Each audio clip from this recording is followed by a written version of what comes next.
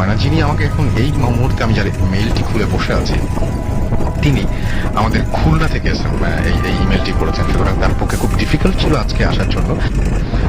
আমি মোহাম্মদ ফারহানুর রহমান শাওন, শিরোমণি যোগীপুর, খুলনা থেকে বলছি। আমার মোবাইল নাম্বার, এটা শোনার প্রয়োজন নেই। আমি আপনাদের যে ঘটনাটি বলবো সেটি হলো আমার জীবনের সম্প্রতি ঘটে যাওয়া একটি ঘটনা। ঘটনাটি ঘটেছে গত 2011 সালের প্রথম দিকে। মাস এবং তারিখটা আমার ঠিক মনে নেই, তবে তখন আমাদের মহল্লাতে বিভিন্ন জায়গায় ব্যাডমিন্টন টুর্নামেন্ট আয়োজন করা হতো।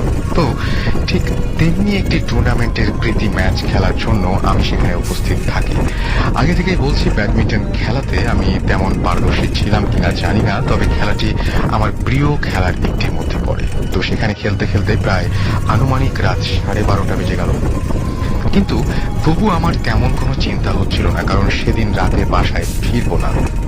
কথাটি আমার পরিবারকে জানিয়েই বের হয়েছিলাম, কারণ এমন রাত করলে আমরা সাধারণত আমাদের ফ্রেন্ড মামুনের বাসায় থাকি। তো বরাবরের মতো বাসায় যাওয়ার চিন্তা নেই ভেবে আরো একটু সময় সেখানে থেকে তারপর বন্ধু মামুনের বাসার উদ্দেশ্যে রওনা হই। রাতে বাসায় ফিরবো না বলে মামুনকে আমি আগে থেকে কিছু খাবার রেখে দিতে বলি।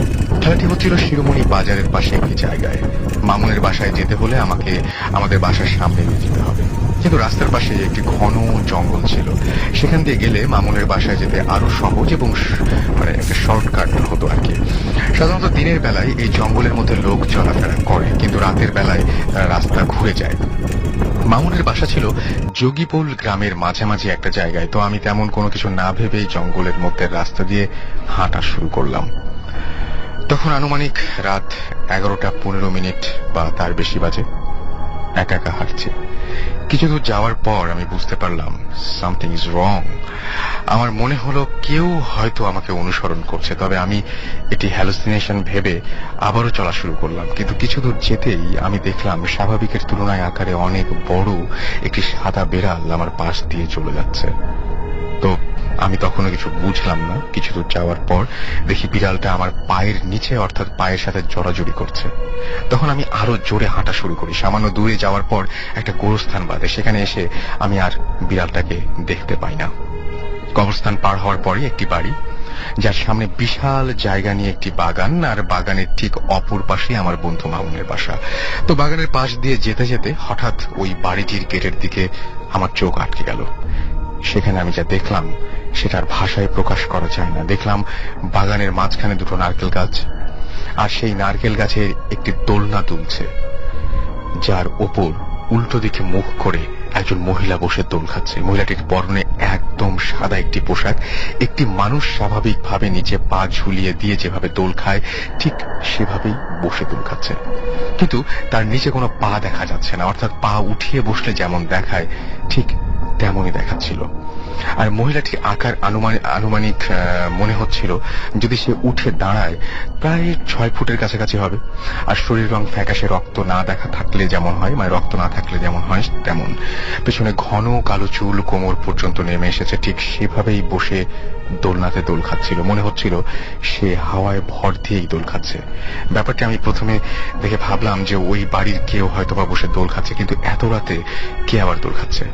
তার সময়টা তখন শীতের, সেটা ভেবেই আমি ডাকতে উদ্যত হই তাকে। ঠিক তখনই পেছনে ঘুরে তাকাই। আমি তার চোখ দুটো ছাড়া আর কিছুই দেখতে পেয়ে, সে পেছনে ঘুরে তাকায় আর কি।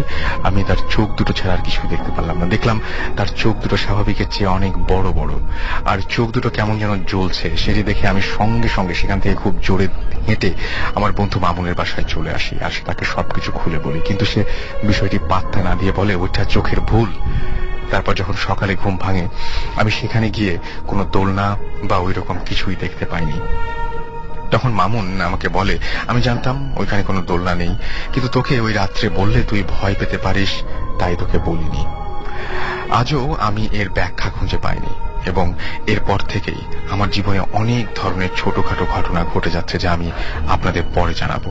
আমার খুব ইচ্ছা ছিল একদিন স্টুডিওতে এসে হাজির হওয়ার, কিন্তু সময়ের অভাবে হচ্ছে না। আমি বর্তমানে কোথায় কি করেন সেটা লিখেছেন।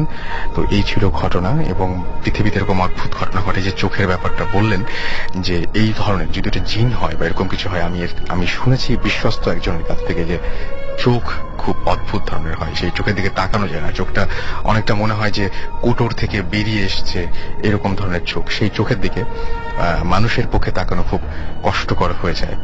তো যাই হোক, আপনাদের নিশ্চয়ই এরকম অনেক ঘটনা রয়েছে, যে ঘটনাগুলো আপনারা আমাদের কাছে জানাতে চান বা স্টুডিওতে এসে নিজেরা শেয়ার করতে চান, আপনারা আমাদেরকে ইমেল করুন। সো আমরা সরাসরি এখন অতিথির কাছে যাব, এবং আমাদের মধ্যে আজকে উপস্থিত আছেন একজন, মানে দুজন আর কি, হাজবেন্ড ওয়াইফ তারা। আপনার নামটাকে শুনি। হাই লিসনার্স, আমি তাসমিয়া, এ লেভেলস করছি। আর আপনি? হাই লিসনার্স, আমি ফাহাদ হোসেন, আমি বিজনেস করছি। ওকে, সো আপনারা দুজন বিয়ে করেছেন কতদিন আগে? আমাদের আসল ভাই 3 বছর হচ্ছে। 3 বছর হচ্ছে। তো এই 3 বছরের মধ্যে আপনাদের জীবনে ঘটে যাওয়া সবচেয়ে ভয়ঙ্কর, সবচেয়ে বেশি উল্লেখযোগ্য যে ঘটনাটা, সেটা আমরা শুনতে চাই। আচ্ছা, যে ঘটনাটা আমি বলবো সেটা হলো গিয়ে 2009-এ আমাদের বিয়ে হয়। তো 2009-এ বিয়ে করে যখন আমি চিটাগং যাই আমার শ্বশুর বাড়িতে, শ্বশুর বাড়িটা সেখানে, সেটা হলো খুলশীতে। তো তখন আমার বিয়ের 2 কি 3 মাস চলছে। তো আমি আর ও প্রায় আমরা ছাদে যেতাম রাত্রেবেলায়, ও যখন বাইরে থেকে আসতো তারপর ছাদে যেতাম, খেয়ে হাঁটতাম বেসিক্যালি। তো হাঁটতে গিয়ে প্রথম 2-3 দিন হাঁটলাম, তেমন কিছু না, নর্মাল। তো 3 কি 4 দিনের দিন আমি আর ও হাঁটছি। তো ছাদটা হলো গিয়ে প্রতিটা বাসায় 4 কোণা, তো ছাদটাও 4 কোণা আর কি, এক কোণা থেকে এসে আরেক এন্ডে যে শেষ হয়, আর মাঝখানে হলো গিয়ে সিঁড়ি দিয়ে বের হয় যে ছাদটার দিকে, লিফটের ঘরটা আর কি। তো আমি আরো উঠে হাঁটলাম, হাঁটতে হাঁটতে একটা কর্নারে গিয়েছি, লম্বা ভাবে আমরা দাঁড়ালাম, দেখি উল্টো দিকে একটা মহিলা দাঁড়িয়ে আছে। মানে মহিলা কিভাবে বুঝলাম সেটা হলো গিয়ে, মানে একটা স্কার্ট পরা, লম্বা স্কার্ট, নর্মাল টপস পরা, টি শার্ট, আর মিডিয়াম সাইজের চুল উঠছে নর্মালি। আর মহিলাটা কিরকম একটা গ্রিলের মধ্যে ভর দিয়ে যেভাবে নিচে তাকালে যেরকম হয় যে কিছু একটা দেখছে, উল্টোর দিকে তাকিয়ে আছে মহিলাটা। তো আমরা দুজন দাঁড়ানো আছে, মনে করছি যে হয়তো বা ছাদে হাঁটতে উঠলো, আচ্ছা ঠিক আছে, আমরা ফেস দেখি নেই। হ্যাঁ, ফেস দেখি নেই। কিন্তু রাসেল ভাই, যেটা হলো আমার কখনো এরকম হয়নি, বললাম তো এর আগেও অনেকদিন ছাদে হাঁটছি, খুব ভালো লাগে। তো ওই দিন মানে দেখার পর অস্বস্তি ফিল শুরু করলাম আমি, মানে খুব খারাপ লাগছে, ভালো লাগছে না হাঁটতে। হঠাৎ করে মনে হলো যে বাতাসও বন্ধ হয়ে গিয়েছে, হালকা হালকা শীত চলে আসছে তখন। তো না, শীতের এন্ডের দিকে তো বাতাসও বন্ধ হয়েছে। তখন আমি ওকে বললাম, আচ্ছা চলো চলে যাই, হাঁটা হয়েছে, অনেকক্ষণ হয়েছে হাঁটা, চলে যাই। তো গেল ওই দিন। এর 2 দিন পর কি 1 দিন পর আবার উঠলাম ছাদে আমরা। ওই দিন বারান্দায় গিয়ে যা দেখলাম যে খুব বাতাস, ভালো ওয়েদার, মনে হলো যে বৃষ্টি হবে। তো ভাবলাম যে চলো ভিজা যাক। কটা বাজে তখন? 1টা কি 1:30। আচ্ছা, 1টা কি 1:30 বাজে। আমরা প্রায় এরকমই এই টাইমে উঠতাম আর কি ছাদে। তো 1টা কি 1:30 বাজে। কখনো তো প্যারানর্মাল কিছু চিন্তা করি নাই, কে করে এরকম চিন্তা। তো ছাদে উঠলাম, ওঠার পর 1টা কি 1:30 বাজে। ওই দিন কিন্তু 1:30 বাজেনি, ওই দিন বাজছিল যেমন 11টা, 10:30 কি 11টা, কিন্তু ওই দিন 1টা বাজে। তো আমরা উঠলাম ছাদে, উঠে ফার্স্ট একটা রাউন্ড দিলাম, এক এন্ড থেকে আরেক এন্ডে একটা রাউন্ড দিলাম। রাউন্ড দেওয়ার পর চলে আসছি আরেক এন্ডে, এসে আবার ওখানে কিছুক্ষণ ওয়েট করে আবার ও বললো আচ্ছা চলো ওই সাইডে যাই। আমাদের যারা খুলশী চিনে, লিসেনার যারা খুলশী চিনে ওরা চিনবে যে খুলশীটা হলো গিয়ে হিল সাইড এরিয়া নিয়ে, মানে বিল্ডিং গুলা হিলের উপরই মেইনলি বিল্ডিং গুলা করা আছে। সো ও বললো চলো পাহাড়ের সাইডটায় যাই এখন। তো ওই যেই সাইডটাতে আমরা মহিলাটাকে দেখলাম, আমরা হেঁটে ওই এন্ডটাতে আসলাম, ওই লম্বা ভাবে দাঁড়ালাম আবার।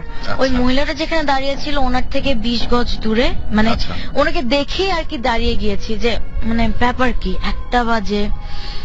আমি এটা একটু মানে বুঝিয়ে দিই রাসেল ভাইকে, সেটা হলো গিয়ে যে ও ভয় পেয়েছে, আমিও ভয় পেয়েছি। আমি এটা বলিনি, আমি ওর হাতটা চাপ দিয়ে ধরে আমি বললাম যে আমি যাচ্ছি না ওই সাইডে। ও বুঝছে যে আমি ভয় পেয়েছি, ও না মানে আমাকে বুঝতে দেয় না, বলে চলো। আমার সে আই দেখো এখানে মহিলাটা এত রাত্রিবেলায় কি করে, মানে আমি বুঝাতে পারবো না কিরকম একটা ভয় যে কাজ করেছে তখন মনের ভিতরে। ও তখন কি করলো, ওর পকেটে লাইটার ছিল, লাইটারটা অন অফ করা স্টার্ট করলো। তুমি বলো। না না রাসেল ভাই, মানে দ্বিতীয়বার যখন আমরা মহিলাটাকে দেখি তখন যে ভয়ের ঘটনাটা বেশি ভয়ের, মানে ও হয়তো মিস করছে কিছু। মানে আমরা যখন সেকেন্ড দিন মানে ছাদে উঠি, তো ছাদে ওই ফার্স্টে তো একটা রাউন্ড দিই আমরা, দিয়ে আমরা যেদিক দিয়ে উঠি মানে সিঁড়ি ঘরের যে দরজাটা, রাউন্ড দিয়ে ওই দরজার সামনে এসে আবার দাঁড়াই আমরা। আচ্ছা। তখন ছাদে কেউ ছিল না, আমরা মহিলাটাকে কিন্তু দেখিনি। আচ্ছা। তো ওই সময় যদি কেউ ছাদে যায় অবশ্যই আমাদের সামনে দিয়ে যেতে হবে, কারণ আমরা এমন জায়গায় মানে সিঁড়ি ঘর এমন জায়গায় দাঁড়িয়েছিলেন যে কেউ আসলে আপনাদের চোখে পড়বেই, কিন্তু তখন কেউ আসেনি। তো আচ্ছা। আমরা আবার কিছুক্ষণ ওখানে দাঁড়িয়ে থেকে আবার মানে ঘুরে আবার ওই কোনাটাতে গেলাম। রাউন্ডে যে আমরা দিয়েছি, রাউন্ডে মানে ওই যে এন্ডটাতে মহিলাটা দাঁড়িয়ে থাকে, ওই এন্ডটাতে ফার্স্ট টাইম যাইনি, ওই এন্ডটা দেখেছি। হ্যাঁ, তখন মহিলাটাকে দেখিল। হ্যাঁ, তখন ছিল না। আচ্ছা। তো আমরা যখন সেকেন্ড বার আবার যখন যাচ্ছি ওই কোনাটাতে, যাওয়ার আগেই মহিলাটা আবার চোখে পড়া আমাদের। ওখানে ওই আগের মতোই স্কার্ট পরা, টপস পরা দাঁড়িয়ে আছে। তারপরে আবার আর দেখি। কি বললো? তারপরে আপনি কি করলেন? তারপরে আর কি জিনিসটা, কারণ ওইটা আসলে ভয়ের, কারণ কোত্থেকে আসলো, সেটাই। মাত্রই তো আমরা এখান থেকে গেলাম। উনি যদি কোনো ফ্ল্যাটের ওনার হোক বা কোনো অন্য মানে ওই বিল্ডিং এর কোনো মানুষ হোক, আসতে পারে স্বাভাবিক, আমাদের সামনে দিতে আসবে। সেকেন্ড টাইম কি হয় ওখানে 8 তলার উপরে ছাদে এত রাতে, আর দাঁড়িয়ে আছে রাসেল ভাই আইডেল, নড়াচড়া নাই, আর এদিকে মুখ করে হিল সাইড মুখ করে দাঁড়িয়ে আছে, পিছন থেকে দেখতেছিলাম আমরা। মানে এইটাই। তারপর ওই দেখে মানে আমি ভয় পাই, কারণ আমি লজিক পাইতেছিলাম না মহিলাটা এখানে কিভাবে আসে। একমাত্র যদি কি মানে উপর থেকে যদি এসে পড়ে তাহলে উপর থেকে পরে ওখানে আসা সম্ভব। আচ্ছা। বা যদি বিল্ডিং বেয়ে উপরে উঠে তাহলে সম্ভব। তো আমি তখন ভয় পাই। ইনস্ট্যান্টলি আমার পকেটে লাইটার ছিল, আমি ওইটা হাতে নিয়ে আমি ওকে নিয়ে নিচে নেমে যাই। ওই দিনের ঘটনা। এরপরে আরো নিচে নেমে যায়, আমি ভয় পাচ্ছিলাম। তো ও আমাকে তখন বুঝতে দেয়নি। আমরা কনফেস করছি কোথায়, আমরা যখন সিঁড়িতে নামতেছি তখন ও বলে তুমি কি কিছু ভয় পাইছিলা যে এটা কি দেখলা তুমি? আমি বলি যে এটা মানে আর ছাদে উঠবো না, মানে এত ভয় পেয়েছি। ও লাইটারটা অন অফ করতে করতে আমরা নেমে গেলাম। তো ওইটাই আর কি, মানে দেখার পর প্রায় বলবো যে 7-8 দিন 10 দিনই ছাদে উঠিনি। আচ্ছা। মানে এত ভয়ঙ্কর একটা জিনিস দেখে। তো এরপরই যেটা হলো আর কি, সেটা ওর সাথে হয়েছে। আচ্ছা, তারপর কি হলো? আচ্ছা, তারপর বেশ কিছুদিন তো আমরা ছাদে যাইনি রাসেল ভাই, অনেকদিন ছাদে যাওয়া হয়নি। তো তার কিছুদিন পরেই না আমাদের একটি মানে ফ্যামিলি ফ্রেন্ডসরা মিলে ছাদে একটা গেট টুগেদার পার্টি করি রাতে বেলা, মানে বারবিকিউ করব। বেশি না 8-9 জন ছিল এরকম। তো রাতে বেলা আমরা সবাই ছাদে, আমি ব্যাপারটা অলমোস্ট ভুলে গেছি, মানে মাথায় ছিল না। তো এখন মানে আমার নিচে যেতে হচ্ছে কোন এক কারণে, রাতে বেলায় মানে নিচে যেতে হচ্ছে কিছু আনার জন্য বাসার থেকে। বা আমার বাসা ছিল কিন্তু সেকেন্ড ফ্লোরে। হ্যাঁ, তো এখন আমি ওকে বললাম যে তুমি যাবা আমার সাথে, ফার্স্টে কিন্তু ওকে বলছি। তো বলছে চলো একসাথে নামি নিয়ে আসি। আমরা যখন যাওয়া স্টার্ট করছি, যখন সিঁড়ি ঘরে আমরা নামতেছি নিচে, আমাদের লিফট কিন্তু আবার মানে 12টা বাজে বন্ধ। 12টার পর লিফট অন থাকে না, সিঁড়ি ইউজ করতে হবে। তো নামার সময় যখন ও দেখলো যে মানে পুরা বিল্ডিং এর মানে প্রতিটা ফ্লোর অন্ধকার, ও মত চেঞ্জ করে ফেলে যে না আমি যাবো না, তুমি যাও। তো ওই সময় কিন্তু একটা জিনিস ও নোটিস করছে, আমি নোটিস করছি। মানে ওই সময় যখন আমরা সিঁড়ি ঘরে কথাটা বলতেছি যে ও যাবে না আমি যাব, ওই সময় কিন্তু ঠিক ছাদের মানে সিঁড়ি ঘরের নিচের ফ্লোরে মানে 8 তলায় ও একটা আওয়াজ পায়, আমি আওয়াজ পাই। আওয়াজটা কিরকম আসলে ভাই, মানে কেউ বালতি ভরে ভরে করিডোরে পানি ঢালছে, আর সলার ঝাড়ু দিয়ে যদি মানে পানিটাকে ঝাড়ু দেওয়া হয় ফ্লোরটা, একটা আওয়াজ হবে, কিন্তু খসখসে একটা আওয়াজ হবে। মানে ওইটা পাচ্ছি, ও পাচ্ছে, আমি পাচ্ছি স্পষ্ট। আচ্ছা। হ্যাঁ, আর ওটা যে 8 তলা থেকে আসতেছে এটা একদম শিওর, কারণ খুব কাছে থেকে পাচ্ছি। তো ওর তো এটা নর্মাল নিচে আমি নিচ্ছি, ও আর যায়নি। আমি যখন নামতেছি, আমি নামার সময় 8 তলা যখন ক্রস করতেছি সিঁড়ি দিয়ে, দেখি যে করিডোর কোনো ভিজা না, পুরো ড্রাই, কোনো পানি নেই, কিছু নেই, আওয়াজও নেই করিডোরে। তো আমি কিন্তু বুঝতেছিলাম যে এখানেই ঝাড়ু দেওয়া হচ্ছে। তখনই 8 তলা যখন আমি ক্রস করতেছি, আওয়াজটা 1 ফ্লোর নিচে গেল, আচ্ছা নিচের তলায় গেল, 7 তলায় তখন হচ্ছে। তখন আমি বুঝতেছি এটা নিচের তলায় হচ্ছে। আচ্ছা, আমার হয়তো ভুল হইতে পারে, 7 তলায় হয়তো হচ্ছিল। আমি ঘুরে আবার 7 তলায় নামি, দেখছি আওয়াজটা আরেক ফ্লোর নিচে গেল, 6 তলায় 6 তলায়। এরকম করতে করতে 2nd ফ্লোর পর্যন্ত গেল। আমি যখন 2nd ফ্লোরে, আওয়াজ একদম গ্যারেজে, আচ্ছা ঝাড়ু দিচ্ছে, পানি ঢালছে, মানে অন্যরকম, একদম মানে স্পষ্ট শুনতে পাচ্ছেন? স্পষ্ট। রাতে বেলা কোনো আওয়াজ নেই তো, সবাই তো ঘুম। হুম।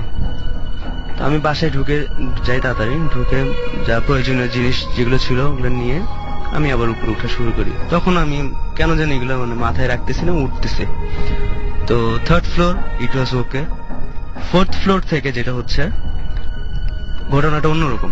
মানে 4th ফ্লোর যখন ক্রস করে আমি 5th ফ্লোরে উঠবো, 4th ফ্লোরের করিডোরের লাস্ট এন্ড থেকে, মানে আমি পিছন থেকে, মানে আমি বুঝতে পারতেছি মানে খালি পায়ে যদি কেউ মানে টাইলস এর উপর মানে দৌড়ায়, থপ থপ থপ থপ একটা আওয়াজ হবে। হ্যাঁ, দৌড়ে যদি আসে আমার দিকে একটা আওয়াজ, মানে আমি পুরো ক্লিয়ারলি পাচ্ছি, মানে পিছন থেকে কেউ দৌড়ে আমার দিকে আসতেছে। 4th ফ্লোরে তখন আমি আওয়াজটা পেয়ে আমি একটু স্পিড বাড়িয়ে দিই উঠার।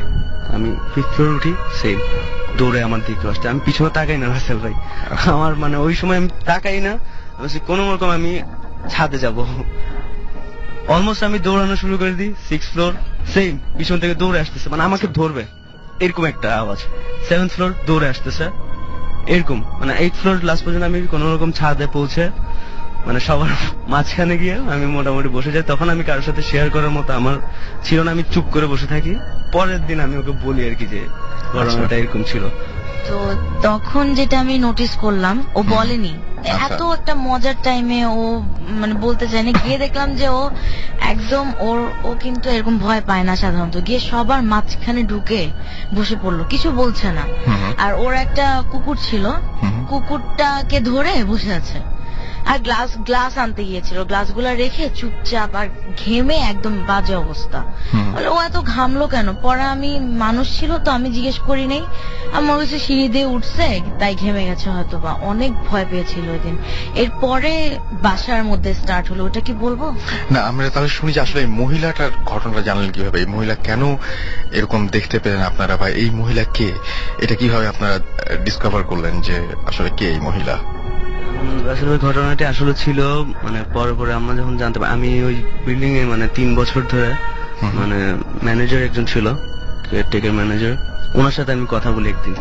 মানে এই ঘটনা, সিঁড়ির ঘটনার পরে আমি ওনাকে একদিন জিজ্ঞেস করি যে মামা, যে রাতে বেলা এরকম মাঝে মাঝে ছাদে দেখি ঝাড়ু দিচ্ছে কে, এরকম ছাদে কেউ উঠে?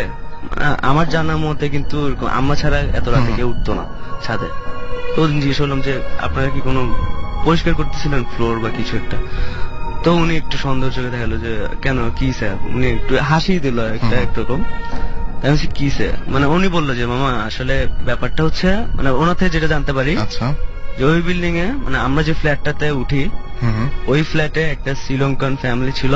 আচ্ছা, ওখানে ওই ফ্যামিলিতে একটা মহিলা ছিল শ্রীলঙ্কান, উনি একটু মেন্টালি ডিসঅর্ডার ছিল, আচ্ছা, ঠিক ছিল। তো উনি অনেক কয়েকবার মানে ওই বিল্ডিং থেকে সুইসাইড অ্যাটেম্প নিয়েছিল, মানে পারেনি, ছাদে উঠে লাফ দিতে চাইছিল কয়েকবার, সেটাও সফল হতে পারে না, সম্ভব করতে পারেনি, মানে কোন রকম ভাবে আটকায় ফেলছে। ছাদ কিছুদিন তালাও দিয়ে রাখছিল এটা এই কারণে। তো পরে অন্যান্য ফ্ল্যাট মেম্বার্সরা কমপ্লেন দেওয়ার কারণে যে ছাদ কেন তালা দিয়ে রাখবা, আমাদের তো ইউজ করতে হয় ছাদ। তারপর আবার তালা খুলে দেয়। তো ওই মহিলাটা কিছুদিন মানে সুযোগ পেয়ে একদিন সুইসাইড করেই ফেলছে, ছাদ থেকে লাফ। উনি শ্রীলঙ্কান ছিলেন? জি, শ্রীলঙ্কান মহিলা একটা। আচ্ছা, হ্যাঁ, আর যেখান থেকে লাফ দিছো যে কোনটাতে আমরা ওই যে মানে ওই যে দেখছিলাম মহিলাটাকে দাঁড়িয়ে থাকতে, ওখান থেকে লাফ দিছে, যেখানে আপনারা রেলিং ধরে নিচের দিকে তাকিয়ে থাকতে দেখেছিলেন, ওদিক দিয়ে কিন্তু লাফ দিছে। এবং এটা পেপারও আসছিল। এবং আপনারা তখন মিলিয়ে ফেললেন যে ড্রেস যেহেতু ওইরকমই, তার মানে এই সেই শ্রীলঙ্কার মহিলা। আমরা ধরে নিছি, উনি বলেন নাই যে তার আগে আপনারা জানতেনও না যে এখানে শ্রীলঙ্কার মহিলা ছিল বা এরকম কোন ধরনের কিছু জানতেন না? ওকে, তো আমরা একটা ঘটনা শুনলাম, আমরা আবার আপনার কাছে ফিরে আসবো। আমি আরো একজন অতিথি আছেন, তার কাছে যাব এবং আপনার ঘটনাটা শুনি। তাহলে আমরা, হ্যালো, আপনার নামটা বলেন আগে।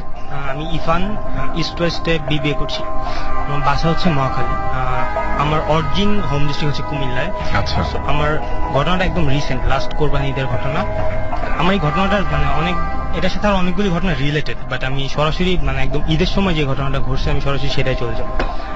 জাস্ট ঈদের পর দিনের ঘটনা আসলে ভাই, লাইক আমাদের দেশের দাদুর বাড়ি যেটা, ঈদের পর দিন আমরা সেখানে মানে কাজিনরা সেখানে আছে আর কি, অনেক কাজিন সেখানে, আমার কাজিন, তারপর ওদের কিছু ফ্রেন্ড আছে, তো ফোন দিল আমাকে সেখানে যাওয়ার জন্য। লাইক কিছু কাজও ছিল পার্সোনাল নিজেদের মধ্যে। তো আমি মোটামুটি ওই মানে যেই ওয়েটাতে যেতে হয় সেখানে, সেটা লাইক সন্ধ্যার পর 7টা সাড়ে 7টার পর থেকে একটু রিস্কি। লাইক ওই টাইমে ঈদের সময় বেসিক্যালি ডাকাতি টাইপের হয়, সিএনজি বা গাড়ি যে কোনো কিছু থামিয়ে জাস্ট ওরা জিনিসপত্র নিয়ে চলে যায় আর কি, লাইক এই টাইপ। তো আমি মানে নর্মালি দুপুরের দিকে যাওয়ার প্ল্যান ছিল, আমি মনে করছিলাম 3টা সাড়ে 3টা বা 4টার মধ্যে চলে যাব। আমি ঘুমায় পড়ি দুপুরের দিকে, ওই টাইমটাতে আমি আর যেতে পারি না। তো উঠে দেখি যে 6টার মতো বেজে গেছে। 6টার মতো চিন্তা করছি যাব কি যাব না, লাইক এই টাইপ অফ চিন্তা করছি যখন, ঠিক তখনই একটা কাজিন ফোন দিয়ে বললো যে সমস্যা নেই, চলে আয়, কোনো প্রবলেম হবে না, আর এইবার এখনো কোনো কিছু ঘটেনি এই টাইপের। তো আমি বের হইতে ফ্রেশ ট্রেশ হয়ে খাওয়া দাওয়া করে বেরোতে 7টার মতো বেজে গেছে। তো আমাদের এখানে যেখান থেকে সিএনজি যায় নর্মালি, সিএনজি গুলা মানে মানুষ রিজার্ভ করেও নিয়ে যেতে পারে, লাইক আবার এমনিতেও যায়, মানে মানুষ আলাদা আলাদা ভাবে উঠে যায়। ঈদের সময় রিজার্ভ করে নিয়ে যেতে দেয় না, মানুষজন ঝামেলা করে, বলে যে যাওয়া যাবে না বা এই টাইপের, মানে অনেকেই যেতে যাবে মানে যেতে দেয় না আর কি। তো আমি গেলাম, যাওয়ার পর অনেক রাশ, ঈদের পর দিন ছিল, তো রাশ ছিল অনেক বেশি। তো আমি গিয়ে যা মনে হলো যে মিনিমাম 30 মিনিটস মতো ওয়েট করতে হবে আমাকে। তো আমি আর ভয় পাচ্ছি যে যদি আমাকে রাস্তায় ধরে ফেলে, সেই চিন্তা করে আমি চিন্তা করলাম কি যাবো না আজকে, কালকে সকালেই যাব। তো ওই সিএনজি যে স্ট্যান্ডটা, ওখান থেকে বের হয়ে চলে আসছি, ঠিক তখনই দেখি যে রাস্তার মধ্যে একটা সিএনজি যে চালায় ড্রাইভার, সে সহ 5 জন ছিল। নর্মালি 6 জন জায়গা হয়, ওর সামনেও বসায়। তো আমি চিন্তা করলাম যেহেতু একটা সিএনজি খালি যাচ্ছে, আমি সেটা উঠে চলে যাই। হাত দেখালাম, সে থামালো, পিছের সিটটা খালি ছিল, নর্মালি যেটা থাকে না, মানুষ কিন্তু আগে পিছের গুলিতে বসে তারপর সামনেরটায় যায়। তো হাত দেখালাম, বললো যাবে নাকি, তো সে বললো যাবে। তো উঠলাম, চলছে 30 মিনিটের মতো, মানে খুবই নর্মাল সিএনজি ভাবে যাচ্ছে, সিএনজিতে মানে নর্মালি যাচ্ছি। তো যেই জায়গাটায় রিস্ক বেসিক্যালি, সেই জায়গাটার নাম হচ্ছে 6 গ্রাম, ওই জায়গাটার নাম আর কি। তো ওখানে যাওয়ার পর একটু টেনশন কাজ করছে, আসলে কি হবে না হবে, মানে এমনিতে একটা ভয় মানুষের তো কাজ করে, স্বাভাবিক। তো সেটা কাজ করছে যাচ্ছি। তো এই যখন চিন্তাটা মাথায় যখন ঘুরছে, ঠিক তখনই তার 2-1 মিনিট পরে হঠাৎ করে আমার চোখটা জাস্ট লেফট সাইডে গেল, সিএনজির উপরের দিকে জাস্ট চোখটা গেল। যাওয়ার পরে আমি জাস্ট মানে কি দেখলাম, মানে হরিবল। জাস্ট দেখলাম যে একটা ফিগার, লাইক মানুষের মতোই কাইন্ড অফ দেখতে মনে হলো, যে ওইটা সিএনজির বাম পাশে যেই একদম রুফটা সিএনজির, হ্যাঁ ঠিক ওইটা সোজা জাস্ট ফ্লাই করছে, ওই টাইপের। তো দেখে জাস্ট মানে কি বলবো, মানে বলার মতো কিছু ছিল না। আমার পাশে একটা বয়স্ক আঙ্কেল ছিল, দাড়ি ছিল ওনার, বৃদ্ধই ছিল মোটামুটি। ওনার দিকে তাকালাম, আমি দেখি উনিও দেখছে। তো একটা সময় দেখলাম কি সবাই জিনিসটা দেখলো, ইভেন রাইট সাইডেও সেম জিনিসটা, মানে একই জিনিস রাইট সাইডের রুফের পাশে, দুই দিক দিয়ে দুইটা। আর মজার জিনিস হচ্ছে যে মানে আপনি নর্মালি কিছু একটা দেখলেন, লাইক কিছু দেখার পর কিন্তু মানে সবগুলি মানুষ একসাথে দেখে না, দেখাই দিতে হয় না, যে আমি এটা দেখলাম আপনি দেখতেছেন নাকি। আমি দেখলাম যে সবাই একসাথে জিনিসটা দেখলো। আচ্ছা, দেখার পর মানে সবচেয়ে বেশি ভয় আমি পাইছি, আমি শিওর সেখানে। তো আমি জাস্ট আঙ্কেলের দিকে তাকায়, মানে আমার অবস্থাই দেখার মতো ছিল। তো আঙ্কেল বলছে ভয় পেও না বাবা, কিছু হবে না, জাস্ট দোয়া দূর করো, তুমি যেগুলি পারো সেগুলো পড়ো। তো পড়তেছি, বাট ওইটাও আমার সাথে মুভ করছে। তো একটা জিনিস বলে রেখে, আমি যখন সিএনজিতে উঠলাম তখন মোস্ট প্রবলি 7:15 মতো বাজে। তো যাচ্ছি, ওই জিনিসটা আমাদের সিএনজির সাথে মুভ করছে। তো একটা পর্যায়ে আমি দেখলাম কি যে সিএনজি ওয়ালা মানে সে তার মতো চালিয়ে যাচ্ছে, কোনো নর্মাল চালিয়ে যাচ্ছে, নর্মাল স্পিডেই যাচ্ছে। তো আমি সিএনজি ওয়ালা মামা তুমি জাস্ট ভয় পেও না, তুমি তোমার মতো চালা যাও। তো সিএনজি ওয়ালা আমাকে যেটা রিপ্লাই দিল সেটা একটু অবাকই হলাম আমি। লাইক সে আমাকে বললো যে মামা কি বলেন, কি ভয় পাবো, এগুলো তো নর্মাল, ভয় পাওয়ার কিছু নেই। আমি ঘটে এরকম একটা ব্যাপার, ওর ব্যাপারটা এমনই মনে হলো। তা আমি ওর কথা একটু অবাকই হলাম যে আসলে ও ভয় পাইতেছে না, বাট এমন একটা জিনিস নর্মাল ভয় পাওয়ার মতোই জিনিসটা। তো আমার কাছে যা মনে হলো, আমি তখন ফোন বের করে, যে আমার হাতে ঘড়ি ছিল না, যে মানে কয়টা বাজে বা কি হচ্ছে ওইটা যে দেখবো ওই সাহসটা আমার ছিল না। ইভেন ওইটার দিকে যে তাকায় থাকবো, মানে সেই সাহসটাও পাচ্ছি না। তারপর আমি যেটুকু মানে দেখছি সেটা আমি একটু এক্সপ্লেইন করি জিনিসটা। সেই জিনিসটার সিএনজির তো মাঝখানে তো দুইটা ভাগ, ড্রাইভারের পিছনে একটা ভাগ থাকে। তো ঢাকায় আমরা যেসব সিএনজি গুলি দেখি সেগুলিতে কিন্তু ডান দিক বাম দিকে পুরো আটকানো থাকে গ্রিল দিয়ে, বাট ওই জায়গায় কিন্তু একদম ওপেন, জাস্ট কিছুই নেই। তো মাঝখানে যে ভাগটা, সেই ভাগটার পর থেকে সামনে পর্যন্ত ওর মাথাটা যা বোঝা গেছে, যা পুরাটাই কিন্তু একটা হোয়াইট মানে জিনিসের মধ্যে কাভার্ড ছিল। তো এমন মানে মনে হলো যে গলাটা মানে ওই জায়গাটার পর থেকে, আর পিছন দিয়ে সিএনজি শেষ পর্যন্ত মানে যে যতটুকু চোখে দেখা যায়, তো ওটুক পর্যন্ত আমি জাস্ট দেখলাম যে পিছের অংশটা, বাট ওর পা আছে না হাত আছে ওইসব কিছুই ক্লিয়ার না। আর আমার কাছে যা মনে হলো দেখে, মানে শেপটা দেখে, যে এটা পিছে আরো একটু আছে, মোটামুটি অ্যারাউন্ড 7-8 ফিট হয়ে যাবে কাছাকাছি এমন হবে। তো মিনিমাম 15-20 মিনিট অবশ্যই এটা আমাদের সাথে ছিল। ইভেন ওই সময় রাস্তাটায় একদম জাস্ট পুরো ব্ল্যাঙ্ক ছিল, কিছুই ছিল না রাস্তায়, কোনো মানুষ না, ইভেন একটা গাড়িও ছিল না, কিছুই ছিল না। বাট ওই সময় normally every 4 or 5 minutes later পরপরই মানে একটা সিএনজি যাওয়ার কথা, কারণ যেহেতু অনেক রাশ, আমি দেখে এসেছি অনেক সিএনজি ওখানে। তো যাচ্ছে তো মিনিমাম 20 মিনিট পরে জাস্ট ভ্যানিশ, নর্মাল একদম সিএনজিও চলছে। তা আমি জাস্ট পাশের যেই চাচাটা ছিল আঙ্কেল, ওনাকে বললাম যে আঙ্কেল কি মনে হয় মানে মানে এমন হলো কেন? আঙ্কেল বলছে হতেই পারে এগুলো রাস্তাঘাটে, তো ঘটছে হয়তো কোনো কিছু একটা। তেমন কোনো কিছু নিয়ে আমাকে এক্সপ্লেন করে নাই। তখন সাথে আমি আমার কাজিনকে ফোন দিলাম যে এমন তুই সিএনজি স্ট্যান্ডে এসে থাক, আমি একটু সমস্যা হয়েছে, তুই আসলে তোর সাথে কথা বলবো। তো নামলাম, নেমে ফার্স্ট আমি যেটা করলাম যে আমি ঘড়ি দেখলাম, তখন দেখি আমি 8:30 বাজে। আমার কথা হচ্ছে আমার ওই ডিস্টেন্সটা কভার করতে 50 মিনিট, ম্যাক্সিমাম 1 ঘন্টা, এর বেশি ইম্পসিবল, লাগার কোনো চান্সই নেই। This track was downloaded from fusionbd.com. But যে এক্সট্রা 15 মিনিট ওইটা কোত্থেকে আসলো? আমি এটা নর্মাল রাস্তা হতে পারে, আমি বলবো না যে এটা প্যারানর্মাল কিছু, বাট এক্সট্রা 15 মিনিট সময় সেখানে লাগছে। নামার সাথে আমি কাজিনকে বললাম আমার সাথে চল, সাথে আমি সিএনজি স্ট্যান্ডে গেলাম। যে আচ্ছা, মজার জিনিস হচ্ছে সিএনজি নর্মাল ভাড়া হচ্ছে আপনার 50 টাকা ওই এরিয়াটা কভার করার জন্য। তো আমি ওই সময় 100 টাকা করে চার্জ করে, যেহেতু ঈদের সময় রাশ বেশি 100 টাকা করে চার্জ করে। বাট আমি নেমে ওকে বললাম যে কত দিব? 50 টাকা দেয়।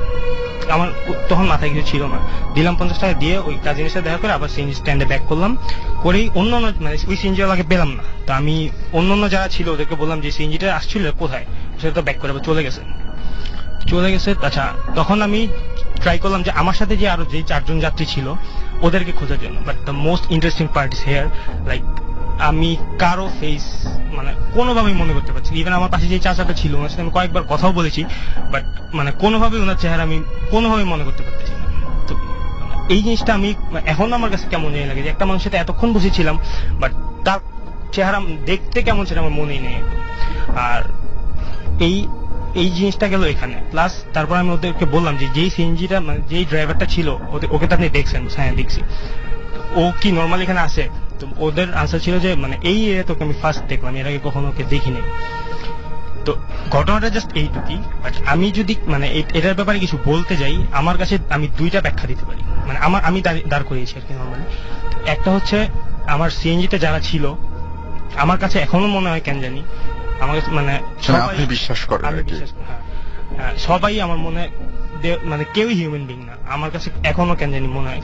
ফার্স্ট রিজন আমি দেখাবো যে আমি এলাকায় গিয়ে জিজ্ঞেস করেছি অনেককেই যে এই টাইপ এমন একটা জিনিস ঘটেছে।